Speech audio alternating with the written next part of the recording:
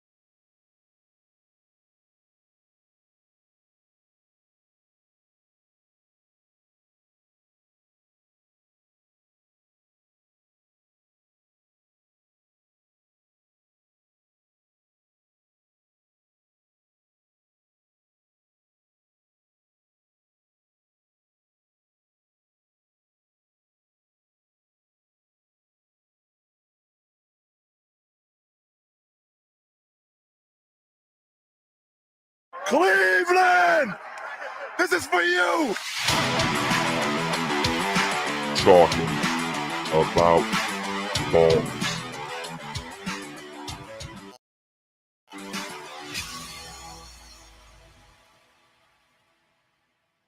Ladies and gentlemen, welcome to Talking About Balls. I am Justin George, joined as always by Kyle Price and Tim Buck2. And today we have a special guest. Greg Sherwood is in the building. Greg has assured me before we started that he is going to talk more than last time. He's going to be more assertive, more aggressive, have more hot takes.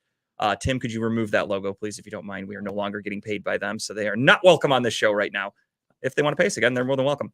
No, I'm just kidding. Spicy intro. Oh, I'm coming in hot today. I'm coming in. You know what happens when you come in hot, though? Shit goes sideways. There are many things that aren't welcome on the show today, and I'll just leave it at that. Moving on. Gentlemen, what's going on? How's everybody doing? Pretty good, pretty good. Good to see you again, Feels Greg. good to be Greg's birthday. How old did you just turn? 36. 36. Greg Sherwood. We spent the day at the Strongsville Vintage Sports Card Show, and I learned a lot. Greg taught me a lot about sports cards.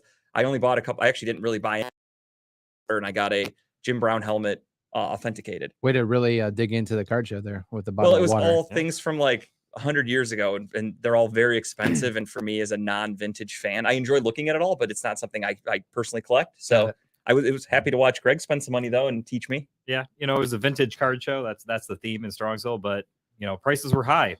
Very, very high. I showed up wanting to drop stupid money and didn't, because and there was you didn't buy anything? No, he did. I did. Okay, I bought okay. one or two things, but not nearly what I was planning. But like when I can go on eBay and buy something for half price the next day that the dealer's asking, Right. why would I buy it at the show for double? For instance, there was a guy selling a cool looking card that Greg really wanted, and the guy had it listed for $900. Greg looked up comps. You could get it for about $550, give or take. So Greg went up there and told the guy, "I'll give you $600 right now." And the guy just took it, put it away, didn't even acknowledge Greg's offer. Shut the case. Shut the case on him. Like, How much was he asking for it? $900. Wow. So did you even show him the comps, or anything? Nothing? No, there's no okay. point. If All the guy's right. gonna be like that, there's no point. All right. Yeah, he just literally, I've never seen that. Yeah. Usually they would be like, "Ooh, best I could do is like $750, $800. Like at least try to haggle a little bit. The guy just closed the case on Greg. So that guy can go fuck himself. I saved a He- bunch of money. Yeah, that guy cost himself $600, and I'm sure he didn't sell that card that weekend. Tim, Wow. how you doing? I'm great. I was fixing my mic. You couldn't hear, I couldn't hear myself, so I was over here like, what's going on? But I'm good, man. I just Tim gotta- floating from above. You're right. I love it. It's like It's like he's an our angel. little angel. I can do the angel voice. I can do the angel voice. I can't. There we go. The angel voice. It's like an alien instead. But either way, they're both in the sky. Hey. And one might be real, the other one probably not. Let's be honest. We are here. We are live. We are doing a quick show today. Normally we go 7 to 9. We're doing 7 to 8:30 because we have some shit to do right after the show. I will not be in Ohio this time next week. So we're going to pre-record our draft special, Kyle and myself. And we're going to do that right after this show. And you guys can see it next week. It'll air live. Will air for the first time next week at 7. Kyle's going for 100% this year. And it will not happen. I already know with my very first pick that I'm not going to be 100%, and I'm okay with that. And I'll explain why when we do that show. But with that being said, let's get right into it. So again, we're going to try to cram all this into an hour and a half. Shove it We in. got Greg here. Greg is here specifically to talk baseball, and obviously he's And going to nothing contribute. else. He's just going to sit there awkwardly and stare at the mic or at the camera like a serial killer for the For an next hour. Can we probably. Yeah, I would Can say we have a hour. Greg Greg camera, please? That just zooms in on his face. I would say Yeah. hour 10, hour 15 till we get to baseball. So Greg is just going to stare awkwardly, just seducing you with his eyes. So just enjoy it. random like facial expressions, movements. Yeah, just ignore me and Kyle, ignore Tim, just stare at Greg and just focus on that. But really quickly, we'll get right into it. The Cavs and Knicks series is all tied up. As you can see, I'm wearing Cleveland regalia today because the series is tied 1-1. Game 1, a lot of people were ready to jump off the 480 bridge. Even Kyle. Kyle, you were a little I was you were a actually little dramatic on Saturday I night. I had to was- talk you off the I ledge. was I was little- very calm, actually. I was a little dramatic. I was a little upset. I was a little annoyed. I hope to God they did nothing but rebound practices after that first game because they fucking needed it. And that's what I told everybody. Like I had a lot, like my friends, my New York friends, I'll be seeing them in person. I'll get to watch Nice. at least game 5, assuming the Cavs can close it out in 5. That would be nice, but I don't think it's going to happen. I could see this one going 6, maybe even 7, just based on the competitive nature. What's up, Dave? So anyway, there you go, Greg. There's Just, Greg. is that the one to his left, right? Yep. Oh, that There we one. go. Yeah, perfect. But yeah, so I have friends that are from New York. They're diehard Knicks fans. So after game 1, of course, they talked extreme shit.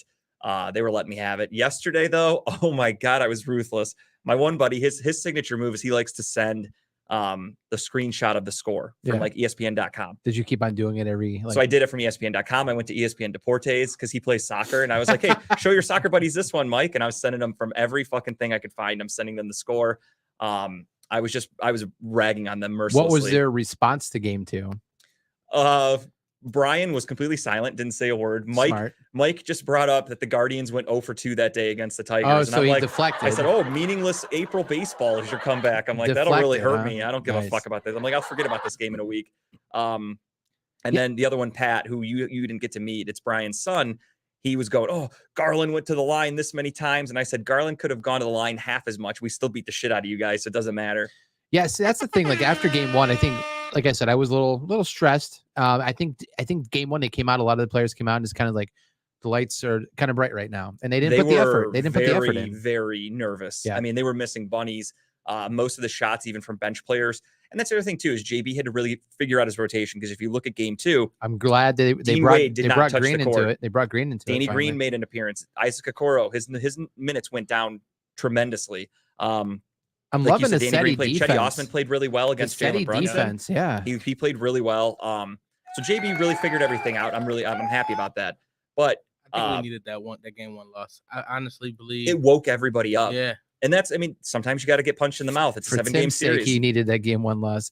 Tim better hope they win the rest of these Yeah, series. Tim's though. got the Cavs winning the Hey, championship. hey, right? Hey, I know what I'm saying. Aim high, Cavs brother. I love it. exactly. Cavs, you see what they did there against second game. and that's what I told Destroyed. Kyle. So Kyle was texting me Saturday after the game, and he's like, he's all freaking out. And I'm like, the Cavs played like shit. If they shoot the ball a little bit better, if they get a couple more rebounds, we win that game easily. Like, think about how badly we played to only lose by 4 points.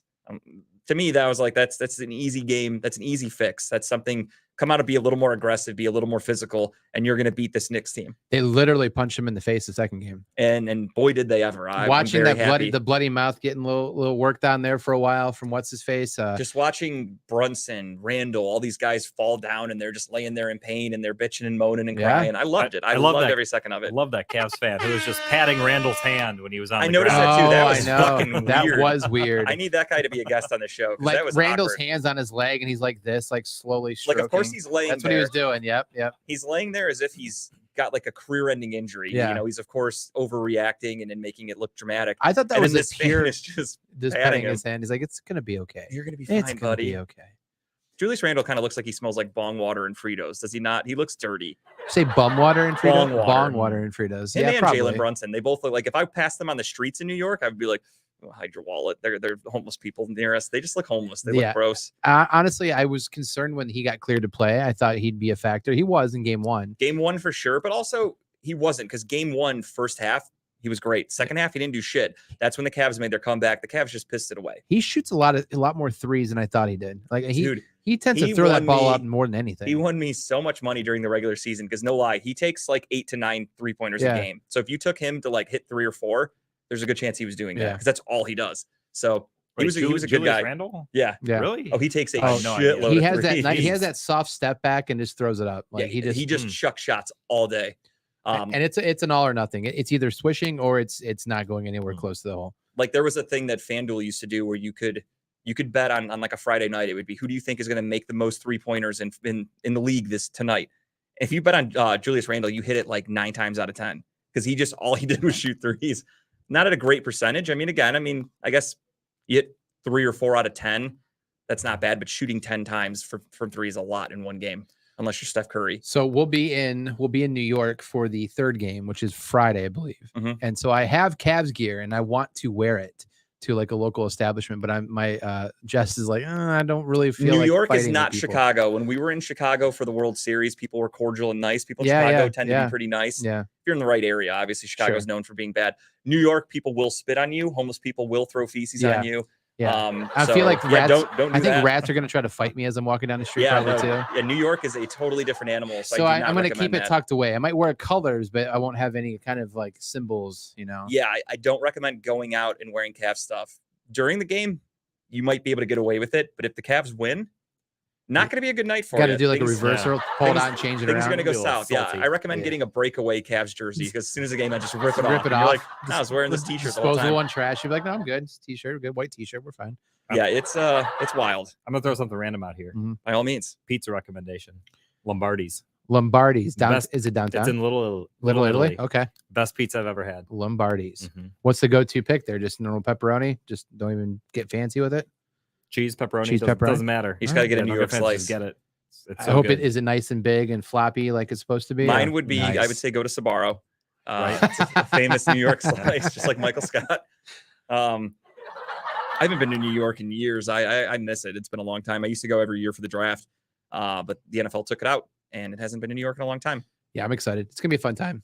I was supposed to go for the NCAA Yeah. tournament. So I got those stories confused. So yesterday I was talking to Kyle, and I'm like, "What are you going to New York again for?" And he's like, "Nothing. Just Jess has never been, so we're just going for like a little trip." And I'm like, "All right." I'm like, "Somebody was going for something specific recently," and I'm like, "Oh, Greg, that's right." And we all know why that trip didn't happen. So Supposed to go watch Purdue. in We the know NCAA why, tournament. but we can't talk about it. We know And you why. know what? They didn't quite make it. if you look at the silver linings of it, Purdue was like, "You know what, Greg? We don't want you to spend this kind of money on us, Yeah. little old us.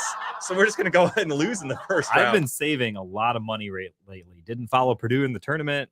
Didn't buy some big cards at the show. and that's what Purdue was like. Save your money for the card show, Greg. Yeah. You don't want to waste it Yeah. on us. Time to in hit Greg Madison up and for New that York. loan we've been talking about. Yeah, here it comes. Hey. But so yeah, the Cavs Knicks, they're tied at 1. Really good series, really fun games. So early predict for game 3. I'm just throwing out there. I think the Knicks are going to come out and try to punch the Cavs in the face. Sure. Not literally. Well, maybe literally. I mean, I think the Knicks are going to shoot the ball a lot better because yes, they're going to be at home. absolutely. They're going to be more comfortable. So the Cavaliers just have to be able to combat that. And the one thing that I was telling my buddies too was the Cavs beat their ass. I mean, we were up at one point by almost 30 points. The game looked a lot closer than it really was at the end in the final score. It was still like a 17-point win. But The other thing too is Donovan Mitchell only had 15 points or 16 points. He was more 17. happy to distribute 17, the yeah, I ball. knew it was under 20, which for him was a lot. assists, Yeah, he had 13 14, dimes, I thought. 13 or 14 dimes. Yeah. I don't think, first off, I don't think that man breaks a sweat, because not in one time during that game did I see any kind of sweat beating. He just was very He's calm, emotionless during a game. and I cool, love it. collective. But Garland, he was more excited to see Garland just go off, and he was distributing And the that's ball. what Garland said after game one. Garland did not shoot the ball in the fourth quarter at all, which was shocking. And then after the game, or after yesterday's game, when Garland went off, Garland had like 35 points or Yeah. something like that. He had a huge game. He couldn't miss. It was They just asked him going in. after, they're like, what changed? And he's like, all my teammates told me, shoot the ball. He's like, when all your teammates are telling you to shoot the ball, they have that confidence in you. He's Yeah. like, I did it. Yeah. And it worked beautifully. And that's why we kicked their ass. He So, put on. I think he just got those jitters out of his system. He got the confidence, and I he think just went that's what for we it. needed. We needed that everybody to see a win, to play hard, to know they can beat the Knicks, and to do it really. Again, we beat them by a lot. The game was never close. I mean, they Right. pulled their starters with 5 minutes to go in the game. So bring that momentum into game 2 or 3, and Withstand the first 10 minutes of the game, and I think you you'll just, be okay. I expect Donovan Mitchell to put up one of his patented 25 plus point games as long as everybody else contributes. Darius Garland's hitting his shots. We stay out of foul trouble. JB sticks with a tight rotation. I am worried. I'll be honest about Danny Green getting extensive minutes. He's a very hot and cold guy. He hit a shot yesterday. It was great. I was more so watching my Consistency. defense. Did he do much? I didn't really see him do much. He hit a 3. He was out there. Then he did another 3 where he actually stepped out of bounds before he shot it. So they blew it dead as he was shooting it, but it went right in. So to see him hit those shots as a streak shooter is really good to see. Defensively, he was usually behind everybody, getting beat to the basket. He's not a defender. He is a huge liability, but hitting those threes is what we need. I think him off the bench 5 minutes, 6 minutes potentially, just to spell somebody to give him a break, on the bench, I think is fine, because you can hide him a little bit Sure. and still utilize him, especially with Donovan driving to the hole. Did you see the move yesterday where he drove to the hole and held the ball here while in the air, and then passed it outside? Yep. Like that kind of shit is when you have Green on the outside that you can use him. That's what you And, want him for. I mean, for whatever reason, that's the crazy thing is Cavs fans freak the fuck out over nothing. They're not even Cavs. Cleveland sports fans freak out. So after Saturday's game, JB Bickerstaff, yes, the rotation wasn't great. Do I blame JB? No. Is it JB's fault that Dean Wade couldn't hit water if he fell out of a boat on Saturday night? Is it JB's fault that the guys couldn't rebound and Chetty Osman couldn't hit a shot? The guys were just cold. They were nervous. They were scared. Is that JB's fault? But after game 1, people were like, oh, this guy should be fired if he does this, if he does that. They're freaking out, literally wanting him fired after game 1. Right. Game 2 starts off kind of the same way. We go down like 11-4, whatever the score was. We're losing, not looking good. He's moved. Isaac Okoro gets 2 quick fouls. Chetty comes right into the game. Everyone's like, he didn't learn anything from game 1. This is the same. He should be fired at halftime. And then we win by almost 20.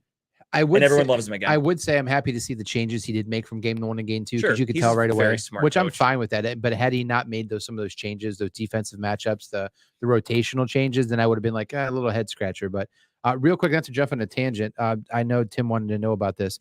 Mike Brown, unanimous winner for Coach of the Year. Rightfully so.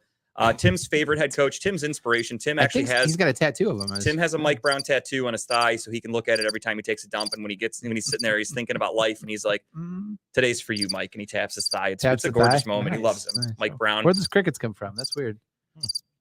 A little salty. Yeah, that's. I was gonna say I can't say who I think the crickets are from, but That's hilarious. I think we all know what that means. So the NBA playoffs are in full swing around the rest of the NBA.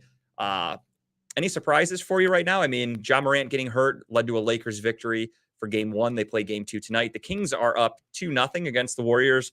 Draymond Green is up to his old bullshit again. He fucking almost smashed Domantas Sabonis's ribs the other pulled night. a Christian Leitner. Yeah, he really did. He tried to fucking break his ribs. I was thinking of Dominican Sue. Yeah, Dominican Sue, and he used to stomp on people a lot. That's right. I forgot about that. Albert Hainsworth. Hainsworth was another one. The Phoenix Suns and the Clippers are tied at 1-1, and the Nuggets play game 2 tonight. They're up 1-0 over the Timberwolves. In the East, you've got the Bucks and the Heat. I don't know, is Giannis playing today? I have not seen any kind of update. I was looking for it because I made some bets before I walked up The here. But spread would make me think, because last I saw it's like -8 for the Bucks. Yeah. So it makes me think Giannis is playing, because of course the Heat are going to be without Tyler Hero. He broke his hand. But Giannis is questionable. Cavs Knicks series tied at 1. The Sixers are up 2-0 over the Nets. That one's all but done. And the Celtics are up 2-0 over the Hawks. That series is all but done. So as a Cavaliers fan, selfishly, if Giannis is hurt, whatever, because that makes it an easier path for us. Because I think we could easily beat the Heat, especially without Tyler Hero and the don't Bucks with the Bucks without Giannis. You don't think we could beat the Heat without Hero? The Heat gives us issues. They do, but without Hero, that's their best Didn't shooter. we beat them in Miami back to back like Bam 2 is nights? playing No, in a they row? beat us once. Oh, okay. Bam is playing amazing. Bam is playing really well, but they also I think we have two big men that can kind of withstand that as they're doing against the Knicks. That's the other funny thing about Cavs fans was after Saturday night's game, they're like, "How are you getting out rebounded? You have 2 7-footers." Mitchell Robinson and Isaiah Hartenstein are both 7-footers too. Like the Knicks have 7-footers as well, and they're actually they lead the league in offensive rebounds. Like they're a good rebounding team, but casual Cavs fans don't know that, and they're just freaking out. So you mentioned that you asked a question about anything surprising me about the playoffs, and I honestly was surprised the Lakers won the first game. I'm not gonna lie, and then I'm actually very surprised the Clippers won the first game too. That one shocked me a little bit. But the Suns came out yesterday and kind of established dominance again, and everything. But yeah, game one was shocking, and then most of yesterday too. The Clippers had a pretty decent lead. I watched that game till about halftime. I got a little tired, but it was an interesting series. I thought, like, are the Clippers really going to just fucking bounce the Suns this quickly in a sweep or even 3 or 4? I mean, if anything, it makes it a series. I think it's a competitive series. Absolutely. And then I'm not surprised by the Kings. I think the Kings are legit. I said the same thing. I'm like, they're coming out with fire right now. And the whole Draymond Green thing. The interesting about that is that I think his teammates are finally starting to get tired of his antics. From everything I've heard, they're saying that this is more than likely Draymond's last dance in Golden State because after this season, he's going to want a huge contract. Golden State's going to say, "Kick rocks, go get it somewhere else." Who's going to give it to him though? Oh, there's teams out there. You think so? Oh, hell yeah. Oh my God, there are just people that will want him just for the publicity. Yeah, and that's the thing. Like years in the past, when he would do shit like this, it would pump the team up. They'd come out, they'd react to it, they'd go down, they'd beat the hell out of the team next game. Came out. I just don't think it matters. Everyone's just like, really, again. The funny thing is like you look at your stars, Curry and Clay.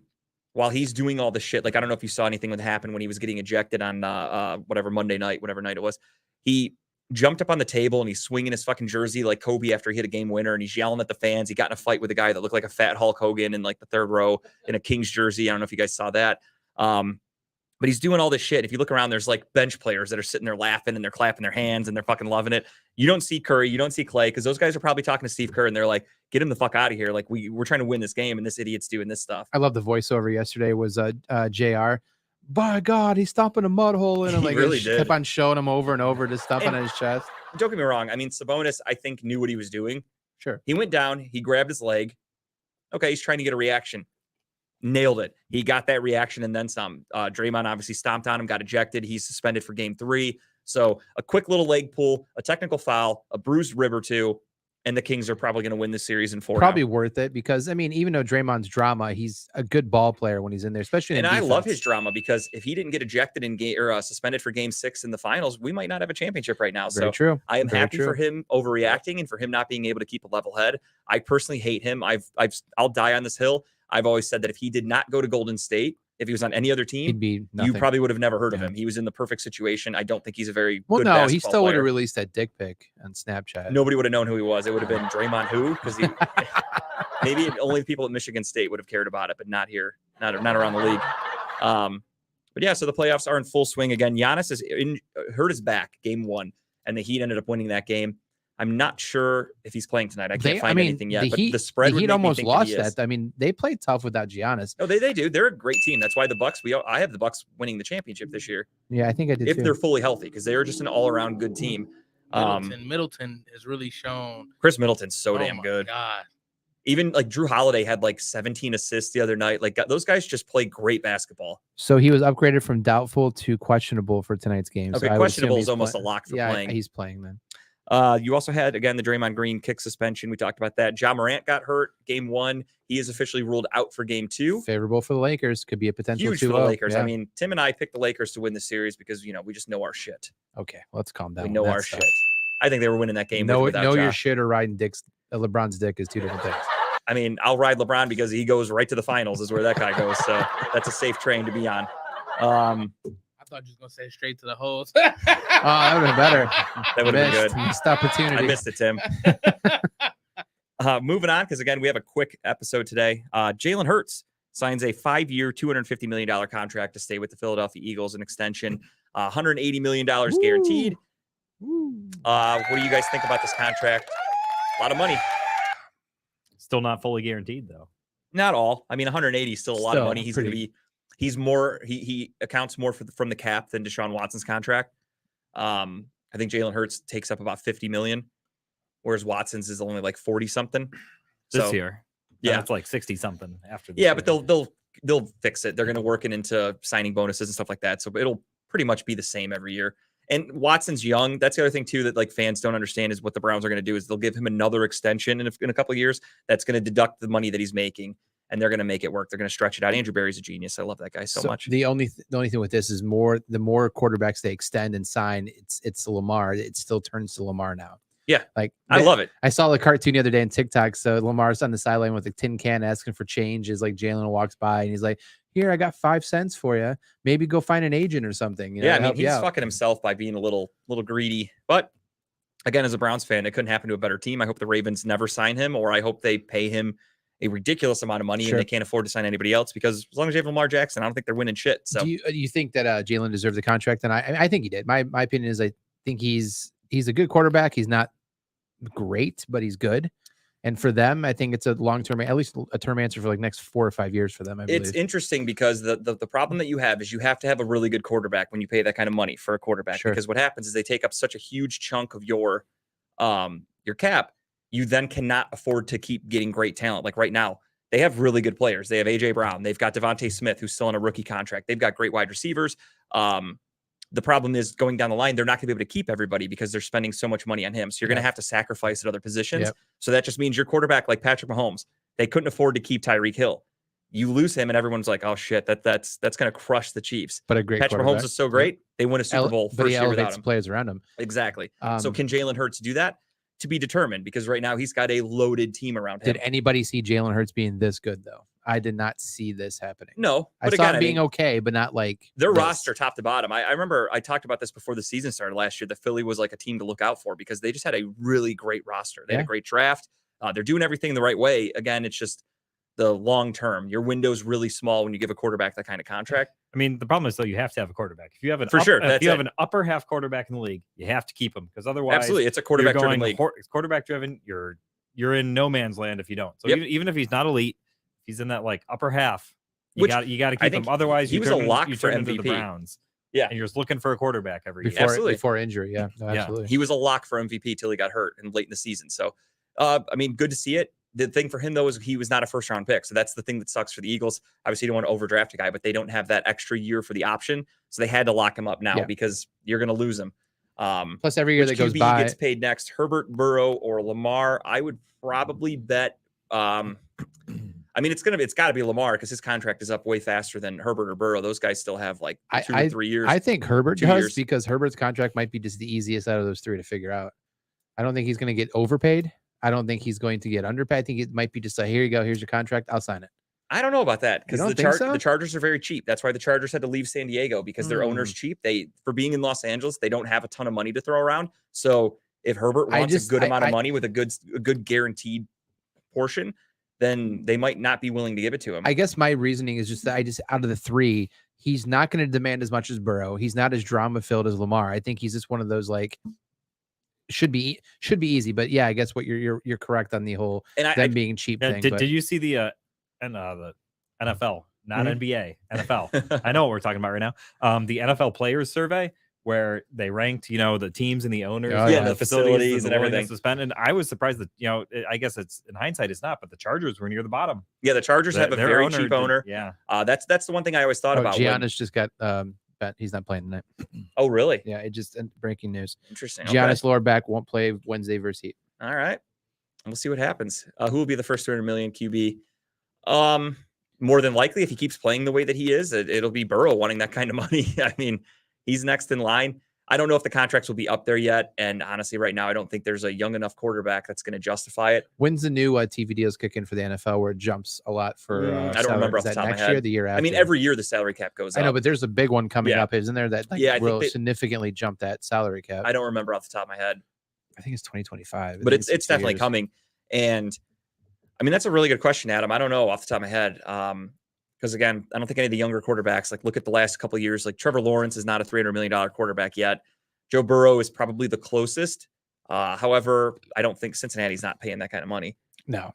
There's no way. I mean, they are selling the naming rights to the stadium. They are cheap as hell. They don't have players. They don't allow them to have outlets in their lockers. So they are saving a little bit of money in that way. You got to Electricity- save on that power bill, man. You got to save on the power bill. Energy is not cheap right now. We know we Um, got rid of ours down at I First guess- Energy. Gun to my head, the next QB to get that huge contract, I would just say Burrow, just out of talent. I think he's earned it out of those quarterbacks. I know Lamar has an MVP. Again, I think he's a shitty quarterback, so it doesn't mean much to me. Joe Burrow, I think, is a much better quarterback out of the three. Herbert's a great quarterback, but we are close enough after Hurts' contract. It's bound to happen. Oh, yeah, absolutely. It's just more so of who's going to be deserving. Patrick Mahomes is locked up. He's not getting it. Aaron Rodgers is old, so he's not getting another contract. You just kind of have to look around at young, up-and-coming quarterbacks that are worth it. And Burrow, I would probably say, because he's been to a Super Bowl. He's taken his team to the playoffs multiple times. Justin Herbert's been to the playoffs once, pissed away a huge lead against Trevor Lawrence, one and done. So in 3 years, he has one playoff loss to show for it. For me, that's not enough to justify that kind of contract. Lamar Jackson is a playoff choke artist, same thing. One playoff win in his career, one MVP, and rightfully so, maybe. I don't think he deserved it. That's just, it's a discussion for another time. So I don't think Lamar deserves that kind of money, injury prone, etc. Joe Burrow, face of a franchise. So I hate him because he's on the Bengals. He can go fuck himself, but he should be the next one to get that kind of money. Moving on from that, Damar Hamlin, Buffalo Bills legend, if you will, is completely cleared. He really is. I mean, he's probably going to have like the highest jersey sales and shit like that, but he nearly died on January 1st or 2nd, whatever day it was. Still a surreal game to think of watching it live going, what? Crazy. What Like, just That was happened? wild. I didn't think he was ever going to wake up first or walk again or anything like that. Or I Yeah. thought he was just going to be a vegetable. They were like, he was basically brain dead for like 10 minutes. And I'm just based on science. I'm like, okay, then he's done. Yeah. And Yeah. fast forward, here we are. The fucking guy was cleared for contact. He's allowed to play football, resume all football activities. He's good. He'll be playing in the season. I this still year. can't wrap my head around that. The fact that not even less than 6 months ago, Insane. you were on the ground dead, basically. and Meanwhile, now like you're I good to stubbed go. my toe and I'll bitch about it for a year or two. Like I don't get I over mean, that it kind is of the shit. NFL. They sweep that concussion shit under the rug a lot. So who cares Concussions about I bad get, hearts, but you know? yeah, a guy literally dying on the field is a bit of a difference. a little dirt on it, you're good to go. It's fine. I'm baffled. I mean, more power to him. I truly thought when that first happened, we talked about it that same week, and I was like, this guy's, he'll be lucky to ever Future talk again. Madden cover player right there. Yeah, I mean, more than like I didn't even think about that. They still make Madden, right? They Who's on it do. this year? Anybody? Now Now that's the cover I would buy right I there. have no idea. Greg and DeMar Hamlin on Ooh. the cover. When's that comes out in like August though, right? So maybe they didn't even pick.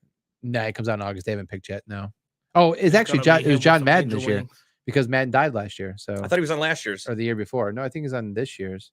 Maybe I don't remember. It feels like he's been dead a long time. Yeah, no, for sure. Yeah. DeMar Hamlin being able to come back it's insane. Like that's superhuman shit. I wouldn't play. No way. No way. But I mean, I guess if that's all you got, if you've spent your whole life doing that and that's how you make your living, it's kind of hard to just step away from it, especially if the doctors who, I mean, I trust science and medical science.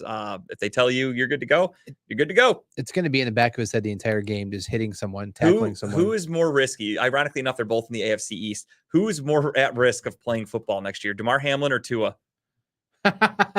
Tua's brains are like fucking mashed potatoes after his multiple concussions. Did you see the article today? where he wanted to retire? They were but, like, he really contemplated retiring after second. he probably concussion. should have actually. And now he's gonna come back. He's gonna play. So is DeMar Hamlin. What if those two fucking run into I each was just other? thinking and that. it's just Could you imagine just in the middle field Again, dunk and they a just 2-for-1 death video that NFL just scrubs from the internet forever? Could very well happen. Could happen this year. You're to hear first. What was that movie? Was that The Replacements when the dude kept getting the concussions? Or no, it wasn't. Oh, that was Varsity Blues. Varsity Billy Bob. Blues, Yeah. Billy Bob. Yeah, Billy Bob. That's basically Tua, and not a good ending for Billy Bob. Well, in real life either. I think that guy's dead in real life. I think he is too. Yeah. Sad. It's probably No, from filming I that. think he lost like a hell of a lot of weight. No, that's another. No, guy I'm you're thinking of the guy from the. Remember the Titans. Yes. Oh, okay, my bad. Yeah, Wrong- Ethan Suplee from My Name Is Earl. Yeah. Wrong fat white dude, Tim. Yeah, how Jesus. dare you? What do we all look alike to you, Tim? My God, Tim. then Black a- history, man. And then a trade in the AFC North. The LA Rams basically said, please get this guy the fuck off my roster. and they traded Allen Robinson to Pittsburgh for Did he pass? he passed the physical today. He's one of those guys who I'm like, oh man, he used to be good 7-8 years ago. had- and I'm he had, like, I don't follow football closely enough. A Is good he still season or good two. now? No, so he had a Okay, good didn't season think or so. two with Chicago, Yeah. and that was basically because they had nobody else on the team. Like they had no He one was else the to throw only to. He was the option. only one. He was their Yeah, number nothing. one wide receiver. He got traded to the Rams last year, and initially I thought, oh shit, the rich got richer. You got Cooper Kupp, you got Allen Robinson. I think they signed Robert Woods last year. They have so many Like, options to throw to. This is a loaded team, and Allen Robinson had like 30 catches for 3 touchdowns, and that's it. I mean, that's Nothing. pathetic. And they traded him to Pittsburgh for a 7th round pick swap, and the Rams are eating $10 million of his $15 million this year. So the Steelers only have to pay him To $5 quote million. the famous movie Moneyball, they're paying us so you don't have to play on their team anymore. 100%. That's exactly what they did. They said switch a 7th round pick, and that's it. And yeah, he was hurt, but he's still not great. And he had better quarterbacks. He had Matthew Stafford and Baker Mayfield throwing him the ball. Then, I mean, both of those two are night and day better than Kenny Pickett, that little small-handed motherfucker. That guy stinks, Dave. So You know it. Is this picture just you, Justin, in the bathroom at Heinz Field washing your That I would pants? never wear a Bettis jersey. If I shit my pants, I'd be wiping it with a Bettis jersey. So that's definitely not me. That's, I think, either Dave or Chipper from one of their trips to Heinz Field. Kind of looks like Chip. No, it's too tall to be Chip. That's true. Well, you can't see it. He's standing on a little step ladder. Oh, okay. Makes sense. He's actually in the kids' bathroom.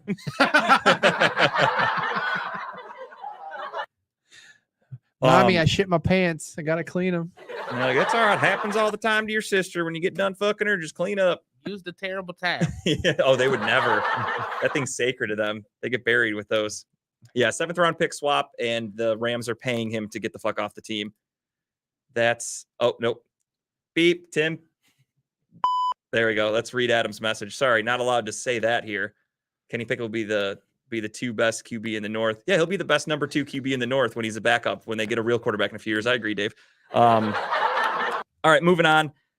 Browns' new stadium plan. The Browns have announced that they are going to be doing stadium renovations. And Is it locked? I mean, or is they just tossing no, it's this? still rumors right now. Okay, so I mean, do you Yeah. think they're just putting it out there as like here's what we think we're going to do, and then the backlash of the fans? Yeah, obviously then it they're comes going to out. go change. Obviously, it comes out initially to get reaction because they want money. They want the city to pay for it. They want taxpayers. They want taxpayers to pay for it. So they got to Such put a little bullshit. feeler, and then they come out and they're Let's like, not talk money around Greg over yeah, here. he probably will go to a Super Bowl for Watson because Watson spends his offseason training, and Kenny Pickett will spend his offseason buying a ticket to the Super Bowl. You're right, Dave. He will go to a Super Bowl before Watson as a guest attending it.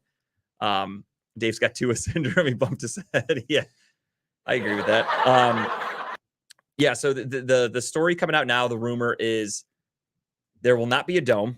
Right. They are just going to demolish the current stadium, rebuild on the land, do work around it, make it a nice little happening area. Yeah. Okay. The Browns are going to have to play in a different location for a couple of years, which we were talking before the show where we think it's going to happen. Gun to my head, I would say I think it's Tom Benson Stadium in Canton. They better redo that field unless they already have. I think They redid it, They like, did. a They've year or two renovated the ago. shit out of Okay, it. Yeah, yeah. it's really nice now. So that would make me think that's where they would play. That's the Could you imagine the traffic down there getting in and out of those games? no, because I wouldn't go. I would never make that drive. So no, I can't imagine it.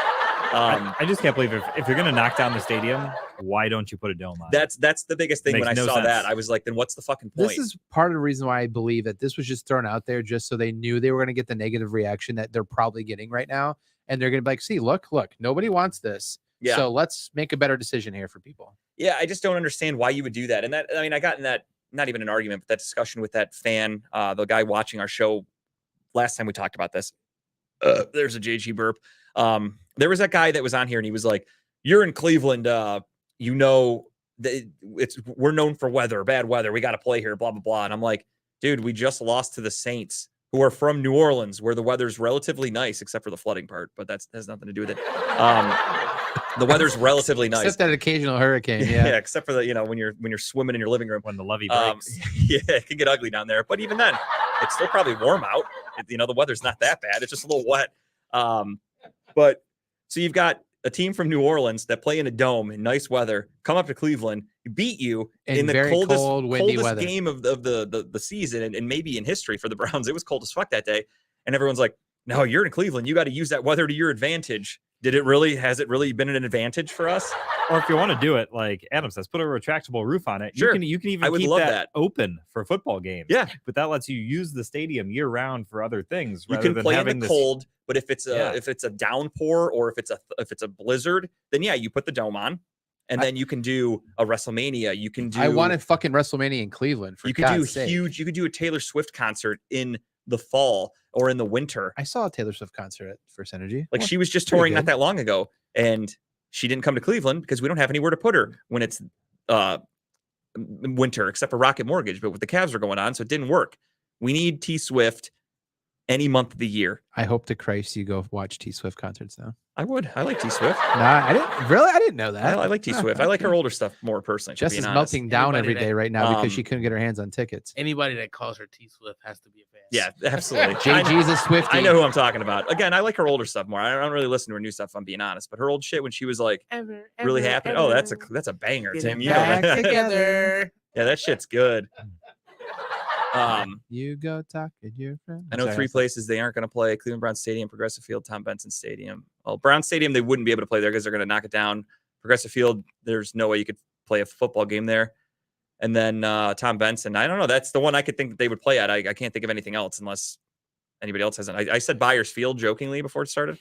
They're going to host them on their practice field behind the Breeden. AFC North being Smash Mouth football, that's very old school, barbaric. I mean, nowadays, most football players are from all over the country, and where they currently reside means nothing. Look at any roster. Look at Pittsburgh. Look at Cleveland. Look at Baltimore, whatever, any AFC North team.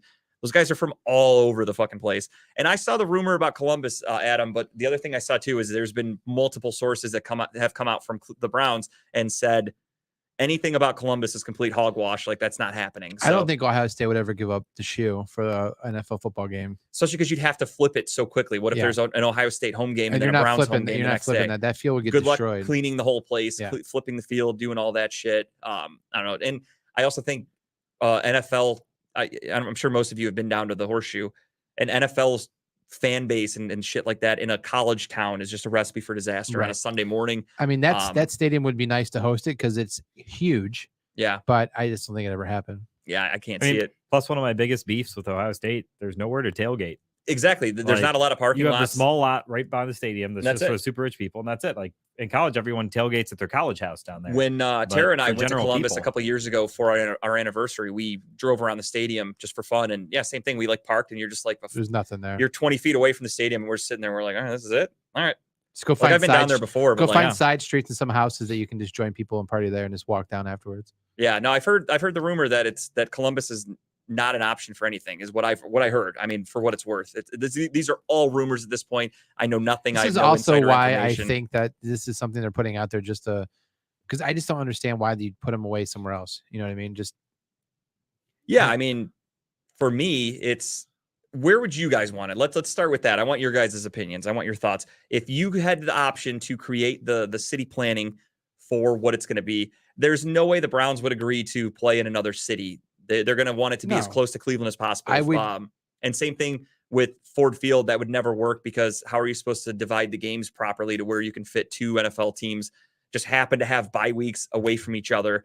It would never work out. I honestly believe they're not going to. I don't think it will not be an NFL No, stadium. They're going to build another stadium. They should build another stadium, not on the lakefront, move it more inland, Mhm. keep playing at First Energy, or I'm sorry, Cleveland Brown Stadium now until that new one's built, and then destroy that and then use that for something else. So inland where? Independence? I'm not sure. Honestly, I I just saw that rumor. That was the Yeah, first that would be rumor that crazy. leaked. Yeah. But somewhere, I mean, somewhere, just, where's the Richfield Coliseum where it was back with the Cavs played? Richfield? Richfield, sorry, just somewhere down there because it's all. No, you said it right. He was just telling you that's where it's at. You said, where's the Richfield Oh, Coliseum? sorry. I said, Yeah, Richfield. it's in Richfield. Coliseum. Yeah. I'm used to being corrected by Justin sometimes, Yeah. so I apologize. No, I knew what Greg was saying. As soon as he But said I'm it, I was saying like, it's "Man, like he's right." somewhere there's somewhere inland, that you could just have the time to build a dome stadium and people would and build a massive like facility area, Yeah. and then still keep playing at Cleveland Brown Stadium until that one's built, and then you can destroy that and build up your lakefront with. I'm sure they'd love to throw housing down there or more restaurants and shops and shit like that. You know what I mean? Yeah, for me, it's just weird because you don't see this often. Usually when,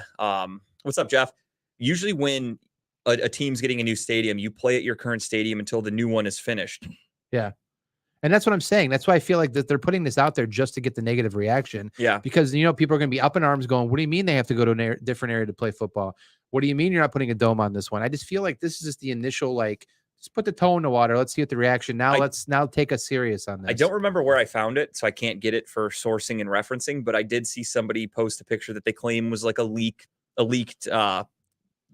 view of what it could look like in the future. And basically they were going to build the stadium kind of where it's at. I don't know if they were going to add on into the water more, where there'd be more platforms, if you will, where they could actually put businesses and things to do, where there would be more shit to do around the stadium. Like you could go over to the water and there would be bars and restaurants and they're going to make it into a thing. Again, this was a complete leaked thing. I have no idea where it came from. I agree, Dave. Why build it in the same spot? That makes no sense to me, because then where the fuck are you supposed to play for the years it's going to take to build? Where the fuck is he going? How do you not have this planned out yet? And I mean, for me, the only place I can think would be Tom Benson Stadium, or maybe there's a college stadium that's not too far, like Akron or something like that. I don't really know how much the Rubber Bowl can hold, how much these stadiums can hold. Oh yeah, they just renovated the Rubber Bowl. So maybe that's something a lot they would bigger. think about Akron doing. can't even come close to filling it. Yeah, so that could be a thought. But it's just, I think the Browns are going to want to stay as close as possible because they want their fan base. If you move the Browns to, like Dave threw out there, St. Louis or Ford Field or something like that. I know Detroit's only a couple hours away. St. Louis is obviously way too far away, so fans aren't making that trip. But you're not going to get nobody going to St. Louis anyways. No, I'm not getting shot. You're not getting the fan base, and at the end of the day, it's still money. So they got to figure it out. I said that too, Adam. Put it at Byers Field. That's not too far from me. I would fucking love that. I'd go every week. Tom Benson Stadium capacity 23,000. Okay. Rubber Bowl capacity a little over 35,000. Yeah, sounds like still not a lot, but it's bigger. It's more comparable. Yeah, at least. I mean, what's First Energy? I don't even know. Like 50, 40 something maybe. I really don't know. I thought it was at 73. Is it that high? It's like 74,000. Yeah. Shows that I know. Jesus. 67,431. Oof. That's a lot of fucking people. Even on seasons where 0-16, they still put 60,000 people in that stadium. Yeah, Rubber Bowl at 35. I guess that. I mean, I'm just thinking out loud again. I'm brainstorming ideas. I think the best idea is build it somewhere inland. Keep that until you're ready to go. Flatten it and build up just fucking more places for people to shop and eat and party downtown. Yeah, I mean, they could easily do that. I mean, the early rumor when all this stuff was coming out was that they were going to get rid of Burke Lakefront Airport, put it right there, put it right by where the Muni lot is, where the stadium used to be. Yep. A lot of options, but right now this just doesn't make sense. What about you guys out there? Where do you guys think they might end up? Where would you put them if you had an option? If you could pick anywhere for this new stadium to be, where would you want it? Someone said Parma. It's Byers Field. That's Byers Field. Yeah, right downtown and by the shoppies of Parma. I don't know. I like the independence idea. I mean, that's just me being picky because it's close to me. That's me just kind of. But I mean, logistically though, and travel wise, it makes sense. It's the Independence is maybe a 15-minute drive downtown. I still think at the end of the day, I mean, you look at a place like Buffalo. So Buffalo they're the Buffalo Bills technically, but they play in Orchard Park. Yeah. Green Bay, the Packer Stadium is there's houses across the street. Like it's in the middle of a town almost. Some of them are fucking weird. Even Jerry's World down in Texas, when I was there for the draft, it's strange. Like you see this giant stadium and then there's just houses right here and a couple dive bars. It's a weird area. So I guess I'm kind of spoiled by downtown Cleveland because you have the West 6th and then some bars and shit. And then there's a stadium. It's got its own fucking thing. Yeah. That's one reason they want to keep it downtown. Like the money is in the ballpark villages, right? Yeah. And the team in Haslam, they want to own that. They want to own all the development around it. Lakefront, prime property. Cleveland hasn't done anything with it for decades. Burke Lakefront Airport. I looked into this a little bit. Went on a city planning kick. Yes. But to close an airport, that's why you're here, Greg. To get all the permissions nationally to close an airport can take 20 years. Yeah. So Burke Lakefront's not going anywhere anytime soon. And that process hasn't been started. So that's why Haslam wants to keep it downtown. It's think about the Chicago lakefront property. Yeah. Everything's going on there. That's prime. That's what we should have in Cleveland. Never have for a bunch of reasons. But Haslam's hey, if I can keep the stadium there on the lakefront, develop it, I'm already a multi-billionaire. I'll just get even richer. There's a bunch of dead warehouses companies that are just east of Burke too. Nothing's being utilized right there. Yeah, I mean, there's plenty of options to just demolish and build on top of something. They could easily do it. I guess I wouldn't say easily because I mean, you might have to move buildings that are currently occupied. Dubai thing. Let's build into the lake and just have different I think that's a good idea. so your long way to get to the stadium is like a long just path to get out, road to get out there. And leave it on a floating pad. So like if the current's high, the stadium might just be a little further out today. Everybody has to take a little ferry into the stadium. It's like Put in Bay, but it's to see the Browns. That'd be kind of nice. God, could you imagine people on the Yeah, even if they're not seasick, there's gonna be a lot of vomit on that. By the way, Myers Field, 12,750 capacity. That's it. That's it. Oof, it felt so much bigger when I used to be there when I was a kid, but That's what she said. it always did feel bigger when I was a kid, Tim. Smaller orifices. Build it in Elyria by the airport. I think we're good on that. I wouldn't mind that, but Jesus. You wouldn't. It's not too far from you. Chipper would love it, I bet. He's from right Elyria. in his fucking backyard. Yeah, That'd be great. That. You got to clear out the parking lot of needles, though. He would just, that's the other. That is the big problem. That's no joke. That is no joke. Serious business, but yeah. It'd take a while. Have to drag like a magnet across the parking lot to make sure you get. Yeah, if you were worried about getting mugged in downtown Cleveland, have fun at the stadium in Elyria. You won't get mugged. You just get stabbed with by drug addicts robbing you and trying to murder you. Yeah, so I don't know what they're going to end up doing. As Kyle said, these could just be feelers that they're putting out. There's no solidified plans. This is all just hearsay. It's all rumors. So far, what I'm hearing, I don't like. I don't like the thought of them relocating for 2 years just to put up a fucking the same stadium with no dome. Yeah. I think that is asinine. That's a horrible idea. Greg, you had a couple things you wanted to touch on with the way owners try to get people to pay for stadiums, right? You said? No, just one thing: no public funding. Yeah, you want it to be no public funding, which I agree with. Haslam's going to come from money. The dude has billions. The dude just bought into an NBA team, and he already owns a soccer team. He bought the Columbus Crew. Yeah, and did all that. Like, he doesn't need any more money. I don't want my money going to just straight to him. Why does a billionaire need a couple $100 million from the city? He was a partial owner of the Steelers, then bought the Browns outright, then bought the Columbus Crew. That's why he's a billionaire, because he gets the help like that along the way. Now he's a partial owner of the Milwaukee Bucks, and then he's going to come out here with this fucking handout. Have you seen the new Crew Stadium they built down there? I did not. Woo! We were down there 2 months ago when it's for work, and we did a site visit, like a tour of the facility. They were just adding on a garage, like a parking garage that's going to be like you can walk across the skywalk to it. That stadium is top notch, all technology, all teched out, great seating, great views everywhere, brand new. It's amazing, and they're building up like right around it all these bars and shops and everything. So they're like building out because it's in the middle of nowhere, like where it's at in Columbus, and just building out for it. So, I mean, good for him. I don't know. For me, I'm thinking about the Columbus spot again, and I don't go to games that often. Like maybe I go to one Browns game a year, and that's a huge maybe. Like last year, I went to none. The year before that, maybe I went to one. I honestly don't remember. I forget to a Browns game. I just don't like it. I like watching it. Talking about balls trip to the stadium. It's so inconvenient. I used to go to one game a year and throw a huge tailgate. Yeah, it's so inconvenient. Just and the whole thing of going to a game is to a pain. So we started tailgating at home. So that's the one thing I was doing is I would go tailgate and then just go home before a game. Yeah. But actually going to a game, I prefer my TV. I want to be able to see everything, change the channel, rewind shit, like pay attention to my fantasy teams. I don't like being at the stadium personally. So I guess if they did end up playing in Columbus, I don't really care because it doesn't affect me at all. But it's more so just, it's the thought of like people that do love tailgating every week that go down there and that's like their fucking religion. I think it's kind of shitty to take that away from you. You've already moved the team to Baltimore. Yep. I mean, obviously the Browns are Cleveland's team. Exactly. Obviously it wasn't Haslam. It was Art Modell who moved the team, but this team has been taken away within the last 30 years once. And now you're going to be like, that's just for 2 seasons. We're going to play in a totally different city 2 hours away. Yeah. I just think that's shitty to do to the fans again. Like fucking stay forever. And then that's the other thing too, is if they're gone for those 2 years, does that somehow add 2 years onto like a lease that they have in being in Cleveland just for the future because they're not playing in Cleveland? And that's also a lot of missed revenue. I don't know any of that stuff. A lot of missed revenue for downtown too. Sure, absolutely. During those times they're not there because a lot of bars downtown's going to suffer a lot of money. Look at go downtown on any Sunday, especially when it's nice out and the Browns are okay. Go downtown on any weekend and it's just full of Browns fans. Yep. Bars are packed on Sundays because they want to tailgate and be close to the stadium. You can still go to a bar to watch football on any given Sunday, but on a Browns game day in Cleveland, there's nothing like it. And if you take that away, you're hurting businesses. You're going to have bars that you love that are going to have to shut down. It's really bad for the economy. So that's why I don't think my vote is build somewhere close and just keep the stadium open. Yeah, they got to figure this out. I like this discussion we're having. I feel like we're on like the city council meeting right now. I like it a lot. But it's all really, I think everything we're saying is very valid and important.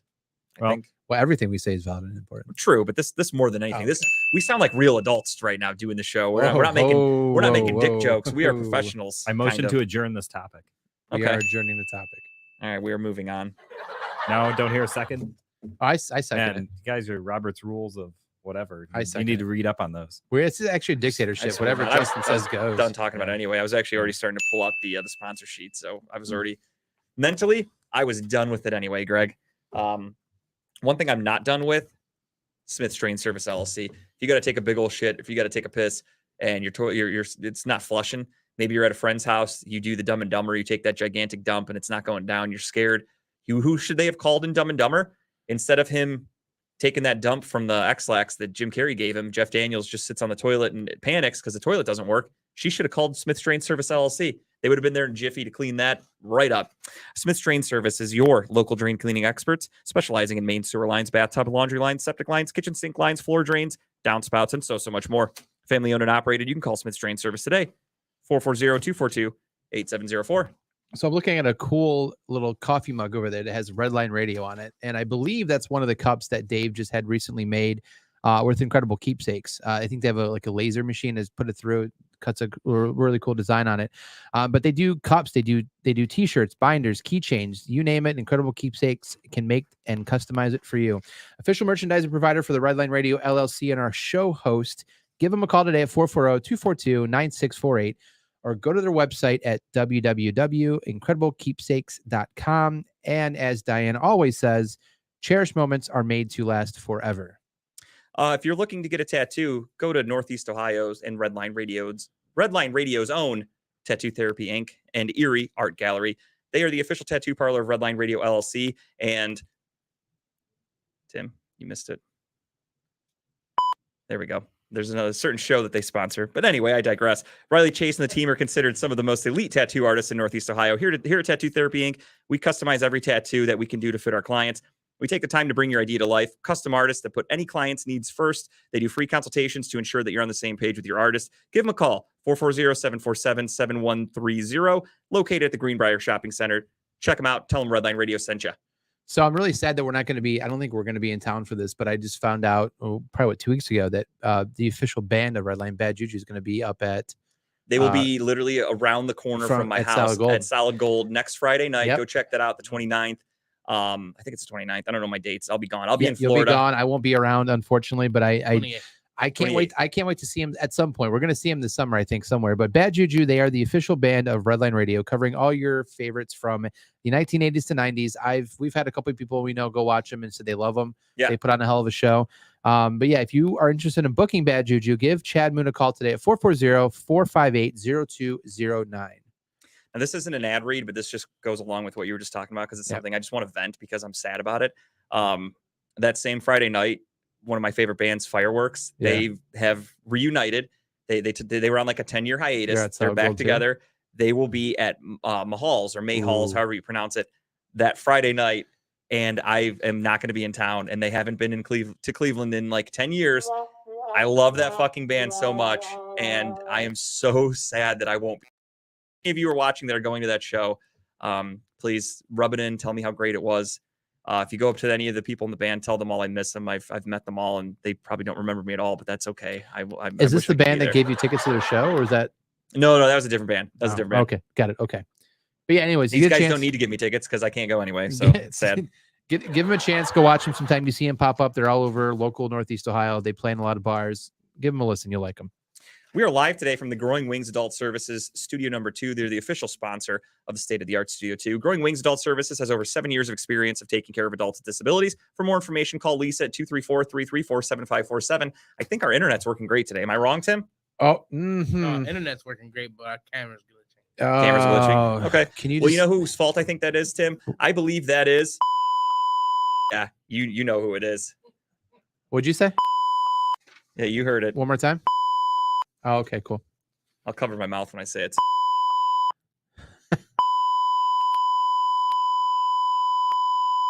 Yeah, you know what I'm saying right there. That's not words for public TV, sir. Can you just tone it down a little bit? That's okay. Anyone planning a trip to Vegas anytime soon? Yeah. I lost my train of thought. Anyone planning a trip to Vegas anytime soon? I'm not, but anybody? You have one November. coming up? I'll be November? going in November. Yeah. When you're there in November, Mike and wait, say again. My cousin is going tomorrow, Lewis. Lewis? Oh, Yeah. tell Lewis. All right, Mike Lewis. and Colleen are going in June, so 2 months from now. Well, Tim, you tell Lewis, and Kyle, you tell Mike and Colleen, please check out the Rusty Spur Saloon. They are voted the biggest hole-in-the-wall bar in Las Vegas for the last 2 years. They're located in Las Vegas, Nevada. Tell them Redline Radio sent you, and have a great time. I love a hole-in-the-wall bar. As we were just talking about Solid Gold, they're not an official sponsor of Redline Radio. Not yet. It's a at hole-in-the-wall bar. Yeah, we plan on going there, talking to them, and hopefully we can get something working out. But check them out. Check out the Rusty Spur if you're ever in Vegas. If you don't want to go pay those high strip prices and, $8 for a fucking, 12-ounce can of beer, ridiculous prices in Vegas. It's so overpriced. If you want a big old pint of beer that somebody probably spit in at one point or didn't clean the glass, that's the place you want to go to. That's my kind of bar. So speaking of hole in the walls, if you ever get a hole in the wall, you know who can come fix it for you, right? Wiggins Construction and Home Improvement. They're the people to give a call to. They did this beautiful studio we're sitting in right now. They do anything from bathrooms to kitchens to windows, doors, siding, and much more. I'm sure they're pretty busy after that windstorm 2 weeks ago, all the siding off houses. But give them a call, 440-731-7654. His name's Will. Give Will a call. Tell him that Team Redline sent you. Did you call him to tell him to come fix your door? We're not going to talk about it. He probably should. It's not a bad idea. Actually, no, the person who broke my door is going to fix it. Now, as we hear it talking about balls, work on that new sensor button, because that's something we're trying to fit into the show now. Can we get a sponsor for the sensor button? We should. That's not a bad idea. We'll put that out there. Great idea. But as we work on that, that's, of course, my man didn't have a lot of time to do it because I didn't tell Tim about this till before the show started. Tim, of course, is a busy man. He's producing multiple shows. He's got his own show. You could check his show out on Tuesday nights. Tim Buck Tuesday every week. Just loaded with guests. He has friends in. He's got entertainers. Yesterday, he had a bunch of rap artists, and he's playing their music, and that shit was good. The one guy was really, really tired. I loved hearing you talk about that. That was funny as fuck, Tim, when you called him out a couple times. You're like, oh, you really are on 2 hours of sleep. Tim Buck Tuesdays, though, can, of course, be seen. Redline Radio, he's at Studio One, but you can check it on any Redline Facebook page from 6 to 8 on Tuesday nights. You've also got Gary Wenner spinning the tunes from 6 to 10. He'll take requests. Whatever you want to hear, tell Gary to play it, and he's going to play it for you.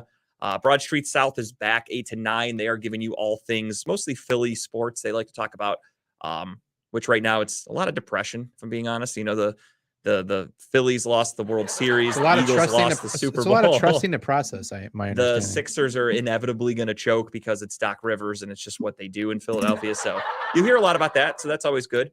So check them out on Tuesday nights. Wednesdays, of course, you've got Cleveland's Finest. They're on a little bit of a hiatus because Rob just had a baby. He just opened up a store. Congratulations. A Quaker Steak and Lube in Vermilion. So you'll check out Cleveland's Finest when they come back. They're normally on from 4 to 6. They'll be back soon. And then you've got Talking About Balls, the cream of the crop. Let's just say the numbers don't matter when it comes to the awards at Redline Radio, because you guys know who does them and how they're probably wrong, how there's no evidence or data to back any of it up. We would love to see it. Okay. Exactly. All right. Once a month, whenever it's convenient for them, you get the numbers in your email and it's, oh, here's how all the shows did. Not here's the statistics for every show at Redline Radio. Here's how you did on Twitch. Here's how you did on YouTube. Maybe we could work in this department. Yeah. Those would be very beneficial and constructive, wouldn't it? But why would we bother with that when we can instead just make phone calls bitching about other shows, talking about how things on Redline Radio? I digress. On Thursdays, you've got that guy Dub from 3 to 4 coming in hot. He had a really good month, so shout out to him for winning a nice award. Then you've got Lex Vegas. I read it in the right order this time, Tim. Look at me. Lex Vegas from 7 to 8 because somebody couldn't put the board on proper. Club Pizzle from 8:30 to 9:30. Those 3 shows are obviously for the culture. Check them out back to back to back on Thursdays. It's fucking loaded here. Broad Street South from 8 to 9. And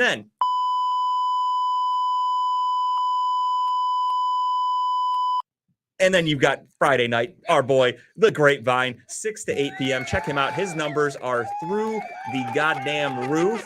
I love seeing my boy doing well. He is killing it. He is, I don't understand where he gets his energy from. He is nonstop. I don't could probably understand take guesses, but I know him. Yeah, he got some energy. I don't understand it. So shout out to Grape. He was killing it. 6 to 8. Check him out every Friday night, The Grapevine. And then from 8 to 10, you've got don't be afraid to check that show out. Tell them Talking About Balls sent you. And then on Saturday mornings, you've got Unscripted at 10 a.m. to noon with Adam and Dave. Sometimes Chipper. Last week they had the mayor in running of Elyria. I actually tuned in for a little bit. Yeah, that was interesting. I checked it out. I was listening to it while I was getting ready. I will give that show credit. I'm thoroughly impressed each week by the wide spectrum of guests they bring in. Yeah, their show it's pretty good. Unscripted is truly the proper name for that show because any week it's like, again, they've had, like I was fucking around last week. Obviously, they've had some really talented people on there. They have rappers. They've had country singers. They've had the mayor running, the lady running for mayor. And there were some pretty good questions asked to her about the town. Yeah, they do a really good job with that. And any week it's something different. So that's why Unscripted Hats is a off, great name. Adam and Dave. Yeah, I'll give them some kudos. Shout out to Adam and Dave. They're always tuning in. They might still be with us right now. Then at 2 to 4, you got 4th and 15. Our boy Melon Smooth. They're killing it. Big Ronnie. They have another guy on the show. I forgot his name off the top of my head. That's my apologies. I don't know if you know Tim. Rico. Rico, that's it. I forgot. I met him at the Kristen Power show. So they're doing a great job. Love checking those guys out. Very excited to have them back. You've got Comedy and Cocktails with Jen 8:30 to 9:30, and TMI Too Much Information 10 to midnight, rounding out your Saturday night. They're actually 6 to 8 now. Oh, are they? They are. Okay, 6 to 8. Check that out. No shit. I mean, sorry, we didn't know that. Why would the board be correct? Sunday mornings, you've got Steel City Running Lates from 10 a.m. to noon when they feel like doing a show, which isn't often. And you've got, is Medium Ratchet still going on, Tim? Not at the moment. I was gonna say, I feel like I haven't gotten a notification for that in a while. Why would the board be updated? Yeah. Why would that be up there and accurate? Because and then he doesn't know that she's not doing it. Oh, well, don't you make excuse. Tim's, whose show do you work for? Whose show are you on right now? How dare you defend him? I'm just kidding. And then you've got Loud and Local from 7:30 to 9:30 there's 7 to 9. Again, that font is really bad. I do this every week. 7:30 to 9:30. It is 9:30. Okay, I was right the first time, but I always second guess Why myself. would the board X? Yeah, why would the font be legible? We're Anyway. gonna wear that beat button out. I'm telling you right now. Well, then it won't get fixed because we know who's in charge of that. Loud and Local, 7:30 to 8:30 or 9:30. You can check that out every Sunday night. And that's everything you can find at Redline Radio. I'm gonna always look forward to the show schedule right now. Yeah, that's you. good. You might have to just go on Justin when he does that because I can't keep it together over here. Yeah, keep things fresh, ladies and gentlemen. Now, the reason Greg Sherwood is here with us, and I'll give Greg credit. He talked a lot more than last time. I like that. You contributed. I'm happy. Do what I can. He's getting loose. He's loosening up for us. But the reason Greg is here is, of course, to talk about baseball. His good looks. Greg has some topics he wanted to talk about, of course. And one thing I asked Greg yesterday in a text, I said, give me some ideas, some topics you want to talk about. Make sure you send Tim your just the tip for the week. And Greg did none of that. And then Greg came in today, and last time Greg was here, Greg brought he had papers. They were, 3 or 4 papers. He had notes. He had documentations. Today, he brought nothing. It's all up here. So, which I like. And we are going to put that to the test, Greg, because I have some things prepared for you that I knew I was doing this in advance, and I didn't want to tell you. So we have some fun shit going on. We are going to start off with, we are all going to make our picks for AL and NL MVP. We are going to make our picks for Manager of the Year, AL and NL. Oh, we're all doing it? Yeah. I said now I have to go back in my notes. You told me yesterday you were going to. Dude, it's been a long day, okay? I'm not prepared. This was your idea, Kyle. It's been a long day. Tim, while we're setting all this up, you can look all that up because I am also going to throw another curveball at Greg, and we haven't played this game in a long time, and it is a fan favorite. We need music for this. We will. We'll work on that. It is, of course, everyone's favorite game. We're not looking for the MVP. We're looking for the MVP-ness. Come on, I remember that. We are going to play MVP-ness, and we are going to do it with the 2023 Cleveland Guardians. Let's go around the room. You pick who you think has the biggest hog on that Guardians roster. I have been thinking about this all night. And Kyle will start with that comment. You can go first. Literally. Are you ready to go? I'm ready to go. Let's go with Greg. Yes, first. I Let's think go. there's only one answer. I thought I threw a curveball at you by all means. No, it has to be the new big dude they signed, Josh Bell. I like that answer a lot. He walks up, that bat's swinging. That's why he was struggling so far in the beginning because it kept getting in the way. Mm-hmm. No worries, Grape. I actually just did ad reads, gave you a huge shout out for winning that award. Congratulations. Your show was on the rise. You're killing it. I said I don't understand where you get all that energy from. I never will. Grape came in at the right time. Yeah, you did. I'm sorry. What does that say? Fools. Sup, fool? It's so well timed We right have- now. It is so well timed right now. I Quick- love it. Quick trip down memory lane here for talking about balls, Greg. We'll get right back. When this show started, Wah, it did wah. start off. Take my as- sign up just like last time. It started off as what I was aiming for was the Blink 182 of talk shows, the best trio you could find, and our third member was Foose. That's his last name, so that's exactly what everyone calls him. So it's really funny that you came in and said "Sup, Foose," and then immediately Kyle looks at me like, "What did he say?" I was like, but that's- obviously, how would Grape know anything about Foose? Totally random but strange coincidence. Very funny. It It's a actually good is just moment. very funny. Greg knows Timed, him. well timed. And there's been history over the last month Well or so timed. of all of these names. So that's hilarious. Worked out perfectly. I love it personally. This is going to be a good story for us to talk about after the show. Oh, so my yeah. turn. Talk penises. My turn. Sweet. Yeah, no, Greg's starting off. Oh, here we he let the said- guest go he said, first. Yeah, he sorry. said he said Bell. I said Bell. Oh yeah, sorry. We were You talking just about Bell. rudely Just- interrupted me. I mean, you were finished. I made Do you my have own re- little do you have quip. do you I have guess reason? now do you have- I'm done. Okay. All right, Brady Quinn at the end of that protein Okay. commercial. So Tim, go ahead. I'll let you go next. Well, Tim's getting all his other stuff ready. I don't know if he's ready for this. I was letting him make his I'll throw mine out. Mine's a legit curveball. Comes from somebody who throws curveballs. I honestly believe the biggest dick on the team is Karen Shack. That dude probably rocks a massive hog down there. No, we need who has I the mean- biggest dick. Who not who no, is no. the biggest I dick. honestly believe that dude probably has one. I mean, if he does, you can see it through his tight pants. Yeah, Absolutely. that's why I don't think he has one because I check it out all the time. Unless he somehow like tucks it between his taint. Sometimes you have and, like, to. it's like What was that movie with Mark Wahlberg back in the It's day? It was a porn star. What Boogie was Nights. It's wedged in He between tucked his that butt pretty crack. well. Maybe that could be how it does it. I don't know. Buffalo Bill. Yeah. Would you fuck me? I'd fuck me. I love that movie. that? Probably his get up speech. Very good. Mine, I would probably have to go to one of the smallest guys on the team. I'm going J Ram. J Ram's probably just got a I thought you were going to say monster it's dong. Quan. I think it's like, oh, geez. No, Quan, no offense here. I don't want to get canceled, but Quan's Asian and they're kind of, maybe it's a stereotype, but they're kind of known for not having the biggest dongs. So I'm not going to go Stephen Quan with my prediction. I'm going to go J Ram. No matter the actual size of J Ram, he definitely has big dick energy. No question about it. Just the way he presents himself, that swagger, looks like he's always just cool, calm, and collected. I feel like you've got to be packing some heat if that's how you live your life.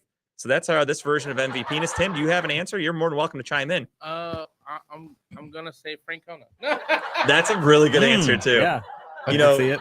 To be that good at your job and to just fucking ride a moped around town, you've got to be packing it pretty nicely. So I could absolutely see that. That's a really good pick. That's actually, yeah. That's a really good one. He probably tucks it nicely in the side when he's riding the little moped around. He's got the side cart. It's just for his dick. That's and dick and balls. He's like Randy Marsh.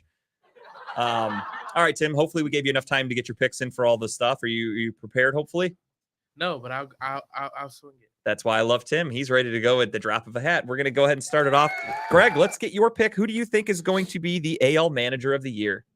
Oh, that was the one. Oh yeah, Kevin Cash. I have that too. Kind of cheating I have because that the too. Rays are They're off such to a big great start. But I mean, they're there, every year, just plugging and playing all these guys who you've never heard of.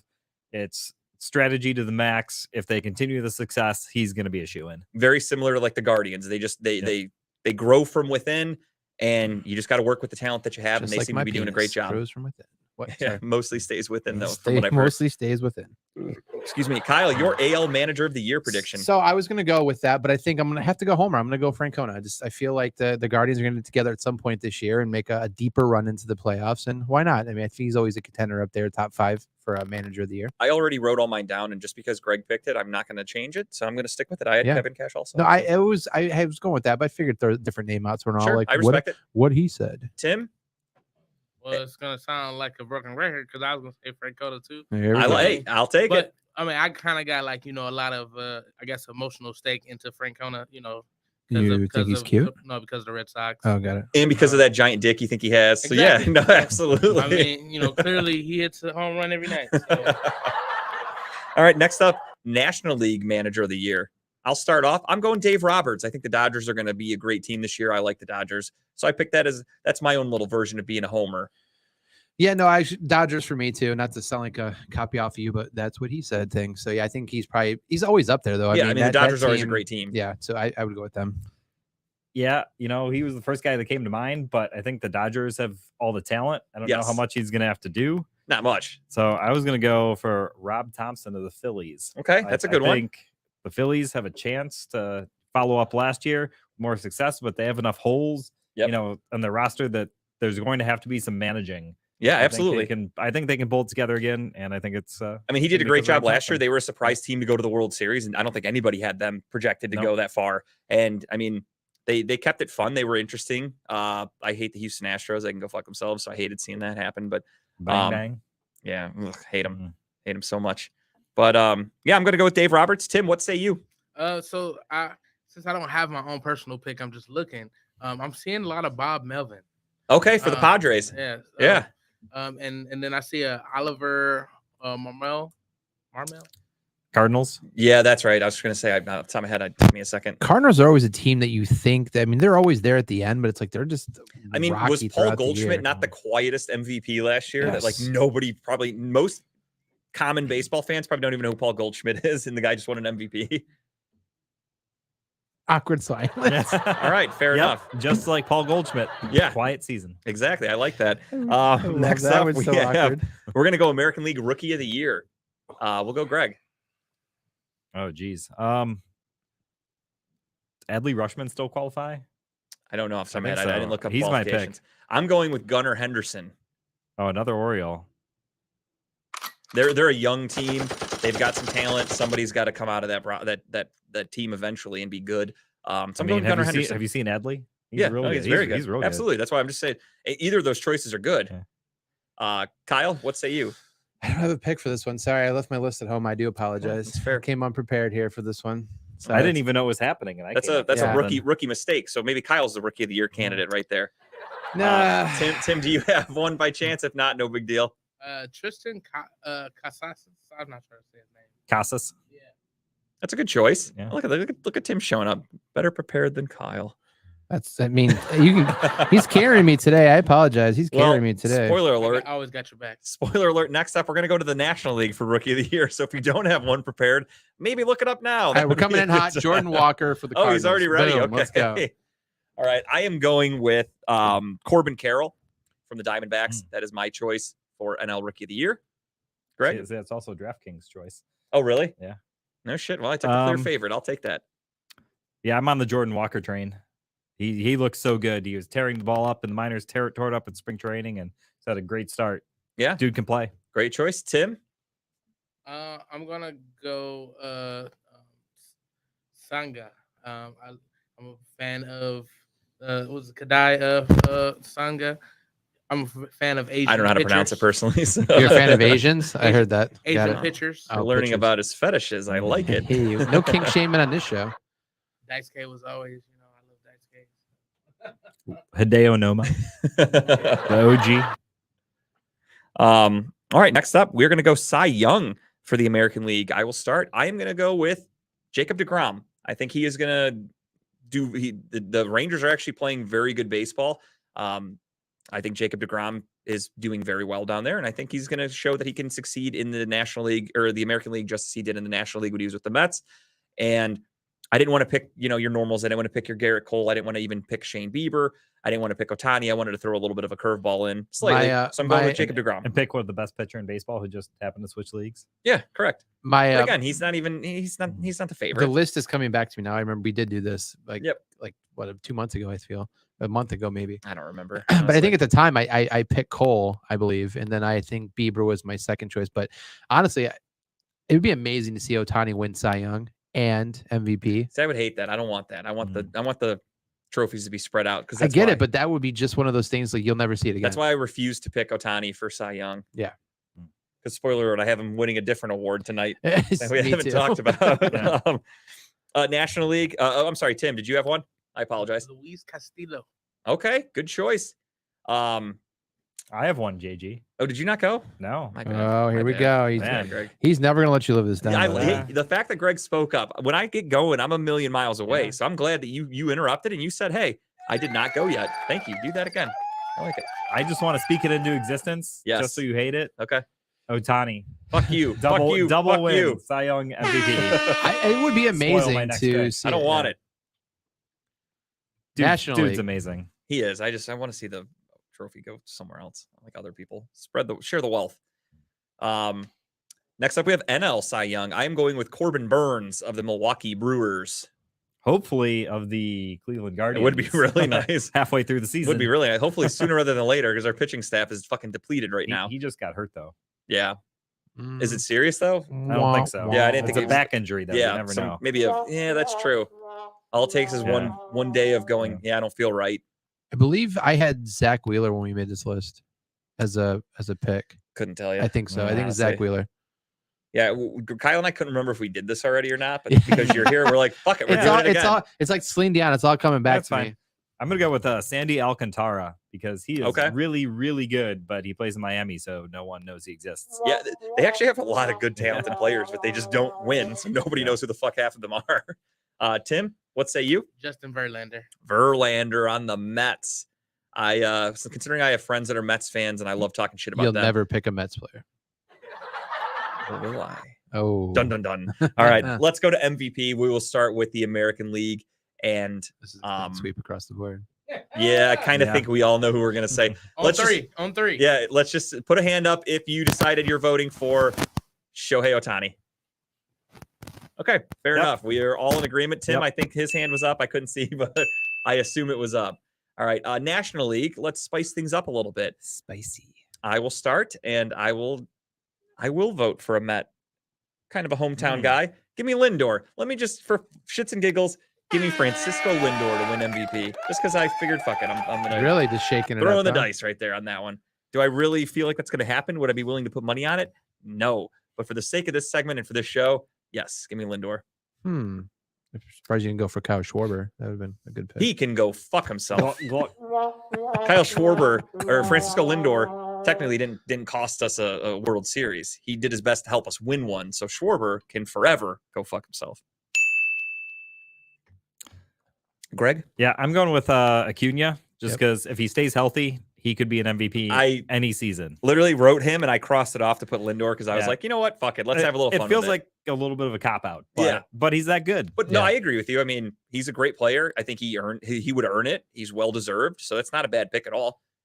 Yeah, I'm just gonna go with Kyle Schwarber now, just for fun. Okay. Well, you'd be wrong. So that's fair. It's the name. It's got me. It's a soft spot. I for me. will admit, because of my patriotism and because of how much I love my country, when we were in the baseball World Baseball You Classic, still didn't root for him. I did. Fuck I off. did. I wanted him to hit a home run when we were when he did hit a home run in that game, and I wanted him to hit another one because we were losing. I wanted to win that fucking game. So, I was supporting him for that. But as soon as that game ended, I immediately gave him the finger on my TV. 'cause he can go Immediately fuck put his himself. name back on your wall, Yep, right? He Yep. can go fuck himself right after that game. He is no longer my Patriot hero. By the way, some last minute research here. Looks like Sure. Adley Rushman may not be eligible for Okay. the this year. So I'll switch to Anthony Volpe. I like it. All right, that's Greg doing his shit on the fly. I like that. I respect that. Tim, your National League MVP is who? Manny Machado. Manny Machado. All right, that's a good choice. You got a lot of Padres on your list over there today. I like it. I'm starting to Pitch sense a clock trend over doesn't there. get him. Yeah, and that's something Greg wanted to talk about too before we get to just the tip here, which most of us are prepared for. No names, please. Talk a little bit about these new rule changes. They're fun. Games are so I like fast. it a lot too. I mean, I said it before the season started, watching it in spring training. That's exactly what I said. I'm like, I love it. The game flies by. It's more entertaining. I did think it would help produce more runs, which some teams do. The Guardians apparently haven't figured that part out yet. They're but running a lot though. They are. That, So I do like steals are that. fun. Yeah, they're playing small ball like they do, and they're using the speed to their advantage. I think last I checked, Miles Straw was leading the league in stolen bases. I don't know if that's still a thing. That was a couple days ago. Yeah. Okay. Was it okay? You have no issues with any of the new rules, none whatsoever. You're a fan of all of them. When they're executed properly, I feel like he might say. I wish when the pitch clock with runners on base, Mhm. I'd move it to 30 seconds. I'd go 15 and 30. The 20 is pretty Did you fast see- with runners on base. Did you see But the I other guess day? it's making guys steal. So You see the other day, I forgot who the pitcher was or the teams even for that matter. It was a quick clip I saw on like Facebook or something. There were runners on first and second, 2 outs, full count. Everybody in the stadium knows you run on that count. That's what's going to happen. So the pitcher kind of cheated. So the pitcher stood up there, waited till the clock got to 1 second where the runners were going to take off because he lifted his leg like he was going to pitch. And then he turned around and picked him off and got him in a rundown because he knew they were going to run because it's 3-2. So he kind of, I mean, I won't say he cheated. He used the clock to his advantage. When you're but it's using like, it to your advantage. to me, it's just kind of shitty. Like that takes like the, spot 80 out of it. not even that. It's like the what's the wholesomeness of like 3-2 count. Everyone runs. It's just part of baseball. It's what you do. And he's like, fuck you and your traditions. I mean, you can do that without the without Right. the pitch clock. And I mean, the thing with that is make sure he goes to the plate. You're Right. coaching a runner. It's after he goes to the plate And because by all you're means, not yeah. trying to steal. You're just trying to get a You're head just start. you're just getting so moving. you got to make sure he goes to the plate. Yeah. And then So, you can go. So that's on the runner. For sure, the runner jumped a little early, Yeah. but it still was just like you could tell this guy had no intentions of going to the plate. Like his whole plan was, I am going to try to pick this guy off at second or whoever, get him in a rundown because they're going to run on 3-2. So for me, I was kind of like, I don't know. It just felt dirty. It felt a little You dirty. felt dirty? It did. I just like the wholesomeness of just 3-2. You just run. That's it. The pitcher's not trying to pick you off because, like Greg said, you're not going for a stolen base. It's 3-2. You're just getting a head start because if you walk, it is what it is. You strike out, it is what it is. If you get a hit, you're probably scoring anyway if you're on second, depending on what base you're on, whatever. I don't know. It just felt weird. Felt bad. Did you hear about the new rules they're going to test out in the Atlantic League this year? I did not Further hear about them. No. I don't know. I might have. You'd have to refresh me. One pickoff throw. I heard about Heard that. that. Yes. The double switch DH. If your starter doesn't go 5 innings, you lose the DH for the rest of the game when you pull him. Really? So I don't like that. they're trying to get rid of that's like the thought.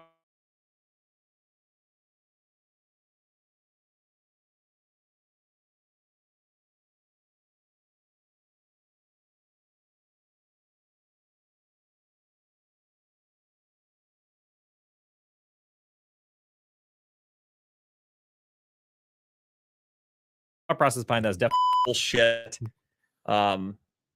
Anyway, yeah, no, I personally don't like that rule because it kind of screws you if, like, look at the Guardians. Yesterday we had the doubleheader because of the rain out. So we had to bring a guy up to pitch a game. Most young guys coming up, they don't want him pitching that long. So now you got to like really be careful of how long they go. It changes your So strategy you're a lot. saying that if your pitcher doesn't go at least 5 innings, You lose your you DH. lose your DH? Correct.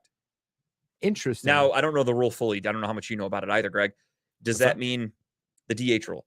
Do you lose? Obviously, you lose the DH. Does that mean you only have 8 batters or your pitcher has to pitchers bat? hit. Gotcha. Okay. I wasn't sure how they were going to do that. Okay. Yep. So that actually could kind of make things interesting, but it sucks Yeah. because you're kind of punishing the team for what if the pitcher just has a really bad outing? Right. It's Your going starter to just make comes that out- worse. Yeah, That you're- means you're already behind. Yeah. So You now need it's a new like, all right, pitcher. your pitcher Oh, crap, sucked. you He lost only the pitched hitter. three and a third innings. Yeah. You had to pull him because you're down 5-0. And instead of like, all right, let's make a comeback. It's cool. Now we lost our hitter. Yeah. That sucks. I don't like that. that Not would a be fan of that that. would be That's a why they very try big 'em out. change. Yeah. Right. Yeah. That's why they try him out. Now, do these get voted on by the teams, or are these just No. if the commissioner says we're doing it, we're doing it? So it goes to the competition committee. Okay. But due to the latest CBA, like baseball can just do it. Okay. They don't so even have whether to, anyone the likes it or competition not. committee has owners and players. Mhm. They're trying to work together. Okay. But in the end, it's up to MLB. If they want to do it, they can just say, screw Yeah, I you don't- guys, we're doing it. I don't. I like mean, that. so far these changes they put in this year Yeah. have made the ones for this year, I love. have, I like people it a love lot. it. yeah. I mean, the fast games. What sucks though, and I know we had some friends that went to the opening day game. They said they went away to get like a pizza or a hot dog and Yeah. a drink and came back and they missed 2 innings. Yeah. 'Cause Yeah, I mean that's no goes quick. joke. Yeah, if the line's long, if the stadium's packed, you got to really pick and choose when you're going to the bathroom because in years prior, I would kind of do that. Like if I had to go like if I want to take a piss, I'm at the game. I'm standing there. I'm like, all right, I'm gonna wait till this half inning. And I'm gonna try to fucking quickly go. You're never gonna make it back in time for the next inning, but you're gonna miss a little bit. Nowadays, if that line's long, And I you wonder, really gotta I wonder go. if they're You're going to be missing a whole missing inning. revenue by this too, by them making the games go quicker. People aren't buying as much in the stadium. You know what I mean? Some teams, Drinks, food, stuff like that. some teams have extended alcohol sales into the 8th inning. Oh, and have the they? 7th. yeah, that Okay. was a huge topic because I forgot who the pitcher was, but somebody came out and was very Yeah. against it. And he was like, this is stupid because now you're just encouraging people to drink longer into the games. And he's like, and then you have families trying to leave and you've got people drinking now into the 8th inning, 9th inning. But most people responded with, nobody's sobering up in 2 innings Yeah. anyway, so it doesn't fucking matter. It's true. It doesn't make a difference. But yeah, I think it will definitely hurt revenue because you're going to have people that are like, well, I'm not getting up to go get hot dogs and a beer now because I'm going to miss too much of the game. Right. So if you're in a good game, then people are like, fuck it, I'll just You'll, stay you'll right buy here. your initial at the top. Or if anything, the new hot job of 2023 is to be the guy walking around with the fucking tray of hot dogs or beer because no one True. wants to Yeah. get out of their seat. Or they're trying to make it faster that with the contactless concessions where you just put your card in, grab something, Walk up, out, get it, and you're or done. You do like the total invasion of privacy facial scan. I'm okay with that. Okay. Whatever. Yeah, Big, just Big grab Brother's it, already grab and watching. go. Yeah. Yeah. I'm okay with that too. They got to they'll have to adapt because there's no excuse for people waiting in a line nowadays with how fast baseball Yeah. games go. Agree. Luckily for us in How long Cleveland, until we can pee in our seats? There's Just gonna let be that like- go, too. I mean, there's only going to be like 10,000 people at the games from now on for the rest of the season. So line do should be you, a do problem. you see the attendance at the Tigers game? It looked like they did. Oh It looked my like gosh. COVID again. Like they It didn't was let people in. crazy. I was watching. I'm like, dude, that Yeah. whole fucking place is empty. I was talking to Greg about that over the weekend. I think I want to go to Detroit for a game. I want to see the Guardians. Probably play get some pretty good seats.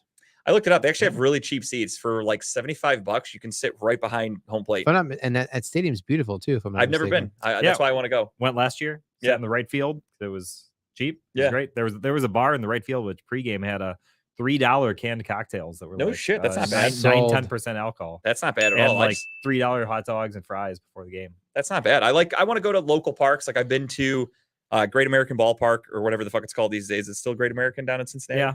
That's mediocre. No, it's not a great stadium. I've been there. I want to go to one at PNC. I've never been there. I've heard PNC that's is a beautiful park too. I sat little humble brag. I got tickets from my man Trevor Crow when he was with the Houston Astros. The Astros played in Pittsburgh, and he messaged me on Twitter. Humble brag. He was like, "Hey, if you can make it," he's like, "I'll have some tickets waiting for you here in Pittsburgh." And I was like, "Fuck it, nothing else I can do this weekend." So Terry and I took a little road trip, and he got us seats right behind. Right on the first baseline, and we were literally looking right out into the outfield. You could see the bridge and all the views. It was beautiful, really cool stadium. I thought it kind of sucked. I went Really? there 20 years ago. Got tickets behind home plate, lower deck for $24. Mhm. My dad and I were going to sit upper deck for 15, and they're like, "Are you sure you don't want lower deck home plate?" Yeah. $9 more. We're like, "How much? 24?" That's Like, not that we're like, bad. okay. Yeah, really not impressed. I don't know. I I just think thought I the think view was cool. the yellow bridges are ugly as shit. Yeah, That's what gets me. It's not a good okay. This big honking Yeah, I don't faded like the yellow color, ugly but- bridge. Well, I think I don't wanna look think at they've that. redone the bridge since then, Ugh. like color wise. Like it's updated It's now purple. paint. No, it's the Yeah. same. It's still yellow. It's just a fresh coat. Yeah. I don't know. I didn't mind the view. I like a nice backdrop.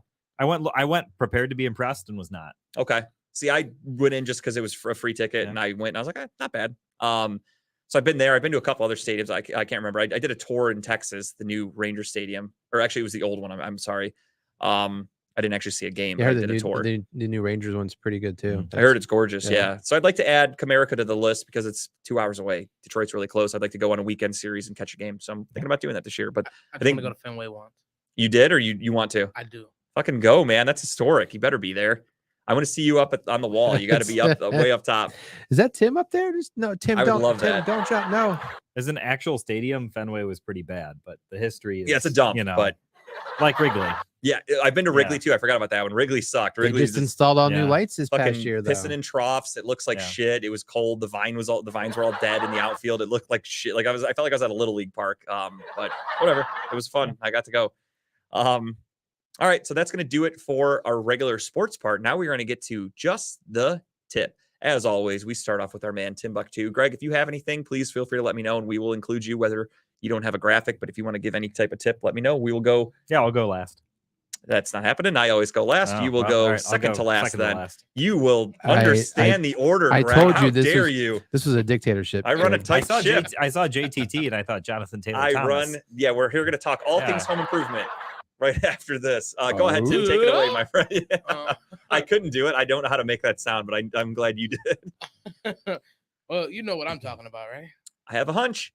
Does it involve standing up and making people laugh? It does. Thank you. And this is also the reason why I won't be able to see one of your favorite bands because I have a show that night on the 28th. That's Damn it, how Tim. I was knew- hoping you were going to FaceTime me while you were there. That's how I knew the 28th was a Friday because I will be having a show that night hosted by Sean Boyd, one of Red Line's former hosts. Shout out to Sean Boyd and Miss KT. Absolutely. Just Therapy. Shout out to his show he used to have here at Redline on Monday nights. He still does run it on Monday nights. Oh, he does? Okay. He does. Awesome. He does. Miss KT is just kind of in the audience. She's not. It's really just Sean Boyd. But I did get the chance to go on the show and do it with him when he was on his own, so it was kind of cool. And you know, he asked me to be a part of this show, which is at a place in Bedford called 612. I'm guessing it's supposed to be 216, probably. It's an event center. I didn't even think about that. Good call. Yeah. But it is. I mean, obviously, it's not 216 because it's 612. It's but- dyslexic 216. Right, but it's $20, 15 in advance. You can meet us at 25780 Miles Road in Bedford Heights, Ohio. Doors open at 7:30, shows at 8:30. And Sean Boyd tries to run a pretty tight ship, so if we start late, it'll probably be 8:45. But Katrina Brown is the headliner. I have yet to see her do comedy, but I've heard her name around the comedy world, so I know she has to be hilarious, especially if Sean Boyd's putting her on. and letting her headline. So please come out and enjoy this show. It's gonna be a great time. I got some new material that's been working great. So come out and hear some new stuff, man. And it's BYOB. I mean, shit. It is BYOB. I would have led with that if I were you, Tim. It is BYOB. So that's awesome. Check that out for sure. I will. Unfortunately, I'll be in Orlando that weekend. So Did you say unfortunately? Or I mean, obviously, if it comes to something for Tim, yeah, I'd like I to be get there it. for But Tim. I mean, you're I gonna be, support Tim. I love Tim. It's So Disney, man. I want you all to Don't make once have you fun. go see Tim perform, because fireworks will probably be headlining. So go watch Tim and then head on to Mahal's and you can check out fireworks. You can do both in one night. It's very doable. Just drive fast. Next up, we'll go with Greg. Second to last, JG. I'm throwing the order off because you wanted to go last. I'm doing it on purpose. No, I got nothing. Damn. I thought you were you going to have something if you went last? Tim, it's Yeah. the battle that never But happens. you don't have anything It would for give now. me some time to think about it. All right, then- I'll go all right, second. we'll It's go fine. back to I'll second to go. last. I'll go. All right. So, anyways, I'm sticking with my podcast recommendations because I've been listening to a lot of them. That's all I do lately for work is driving around. But I just found a new one. It's called Slow Burn, and it's not an STD show that talks about your penis on a slow burn. And Tim can't find where to put the camera. I thought we were just doing the Greg serial killer cam. I thought it was like I was I- cool with it. I thought it was a kiss cam for a second. Not gonna lie, I thought we were gonna kiss somebody. But so Slow Burn, it breaks down the first. It takes historical events and breaks them down in grave detail. So the first 8 episodes is about Watergate.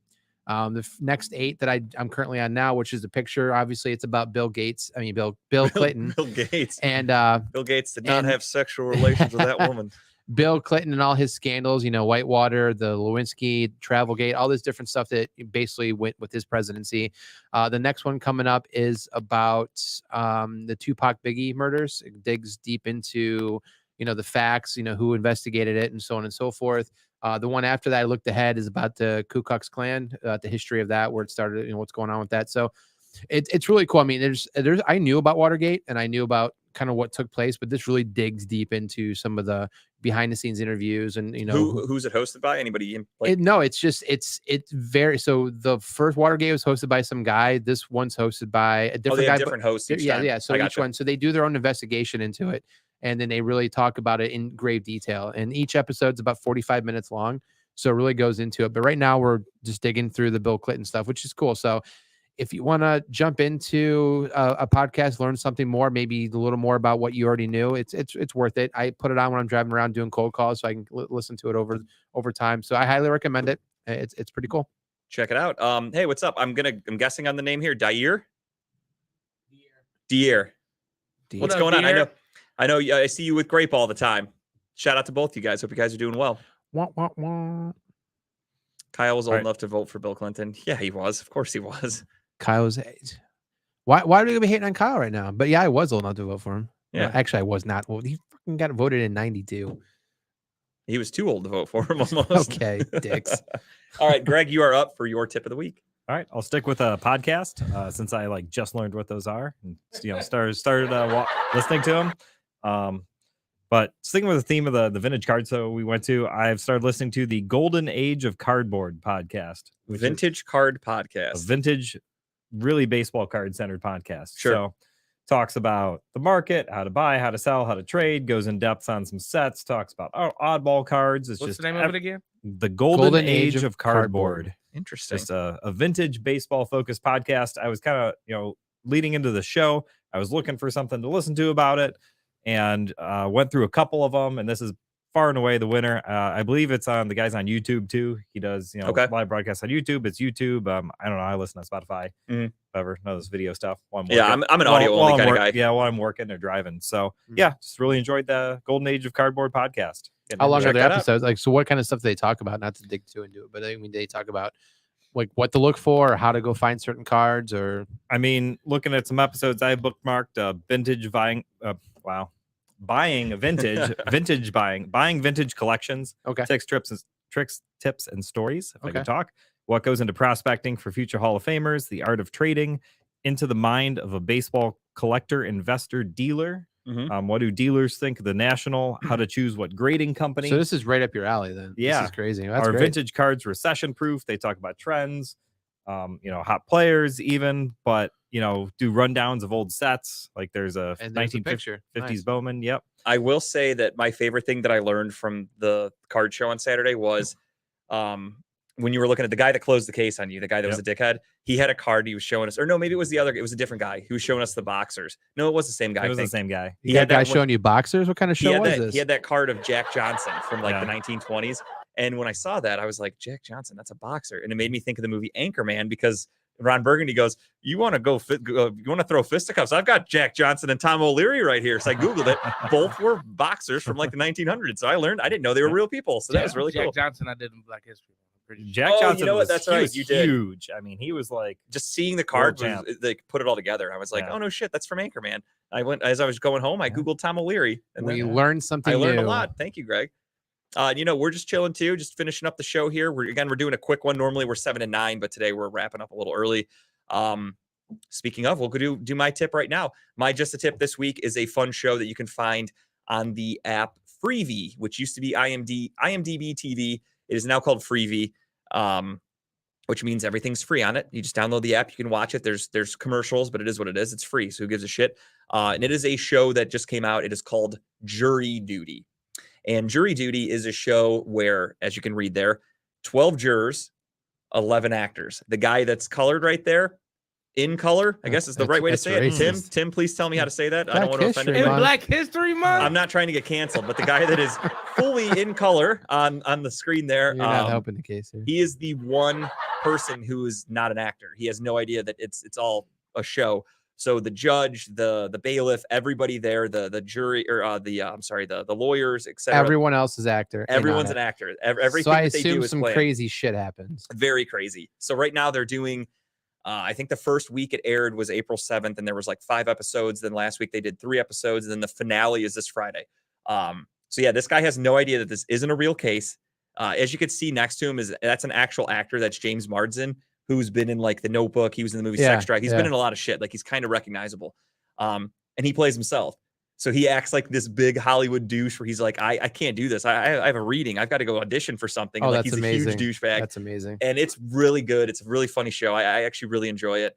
So check that out. The finale is this Friday. Just something fun. I wasn't sure what to expect. When I saw this, because I came home from work yesterday, actually, and Jess had already started watching this while she was working from home. And she said it's a hilarious show. Then I saw you put your thing. I'm like, no shit. And that's funny. So I like that weird, dry humor. Like, I don't know if you guys have ever heard of the show or even seen it. The show Nathan For You that was on Comedy Central with Nathan Fielder. Where Never seen it. I think if you get a chance, Tim, I love it. It's super dry. I love that kind of shit where he's like, the other people have no idea that it's like a joke going around them, but he acts so serious with it. I fucking love that kind of shit. And this show just is very reminiscent of that. And that's why I got caught onto it, because somebody posted and said, if you like Nathan For You, you'll like Jury Duty. And I saw the trailer for it like a month ago, and I was like, I can't wait to check this out. And it lived up to it. I think it was very funny. It's got a lot of crazy moments. The guy, even at one point in the show, was like, he's like, this is the wildest like time of my life. He's like, if I didn't, he's like, it feels like I'm on a reality show. And everyone around him is just kind of like, oh yeah, maybe I could see that. Like, is it one long case, or is it like multiple? Like, it's just one case. One case. And it's something weird. It's like this guy worked at a factory where they make like clothing, and he came in drunk, passed out in a pile of t-shirts and pissed on it all and ruined like $3,000 of inventory. That's the case. That's the case. And it's just so funny, man. Oh, it's a ton of piss. So definitely check it out if you get a chance. Again, it's free. So if you have the app, you can download the app Freevee, Freevee. Check it out. Very funny show. I think you guys will enjoy it. And that's it. That's going to do it for us at Talking About Balls. I want to thank Greg for joining us. Thank you, everybody, for watching. Thanks, Greg. And you're welcome. On behalf of everybody at Talking About Balls, you think Eddie Money has to put up with this shit? Thank you, everybody. We'll see you next time. Redline Radio LLC is proud to partner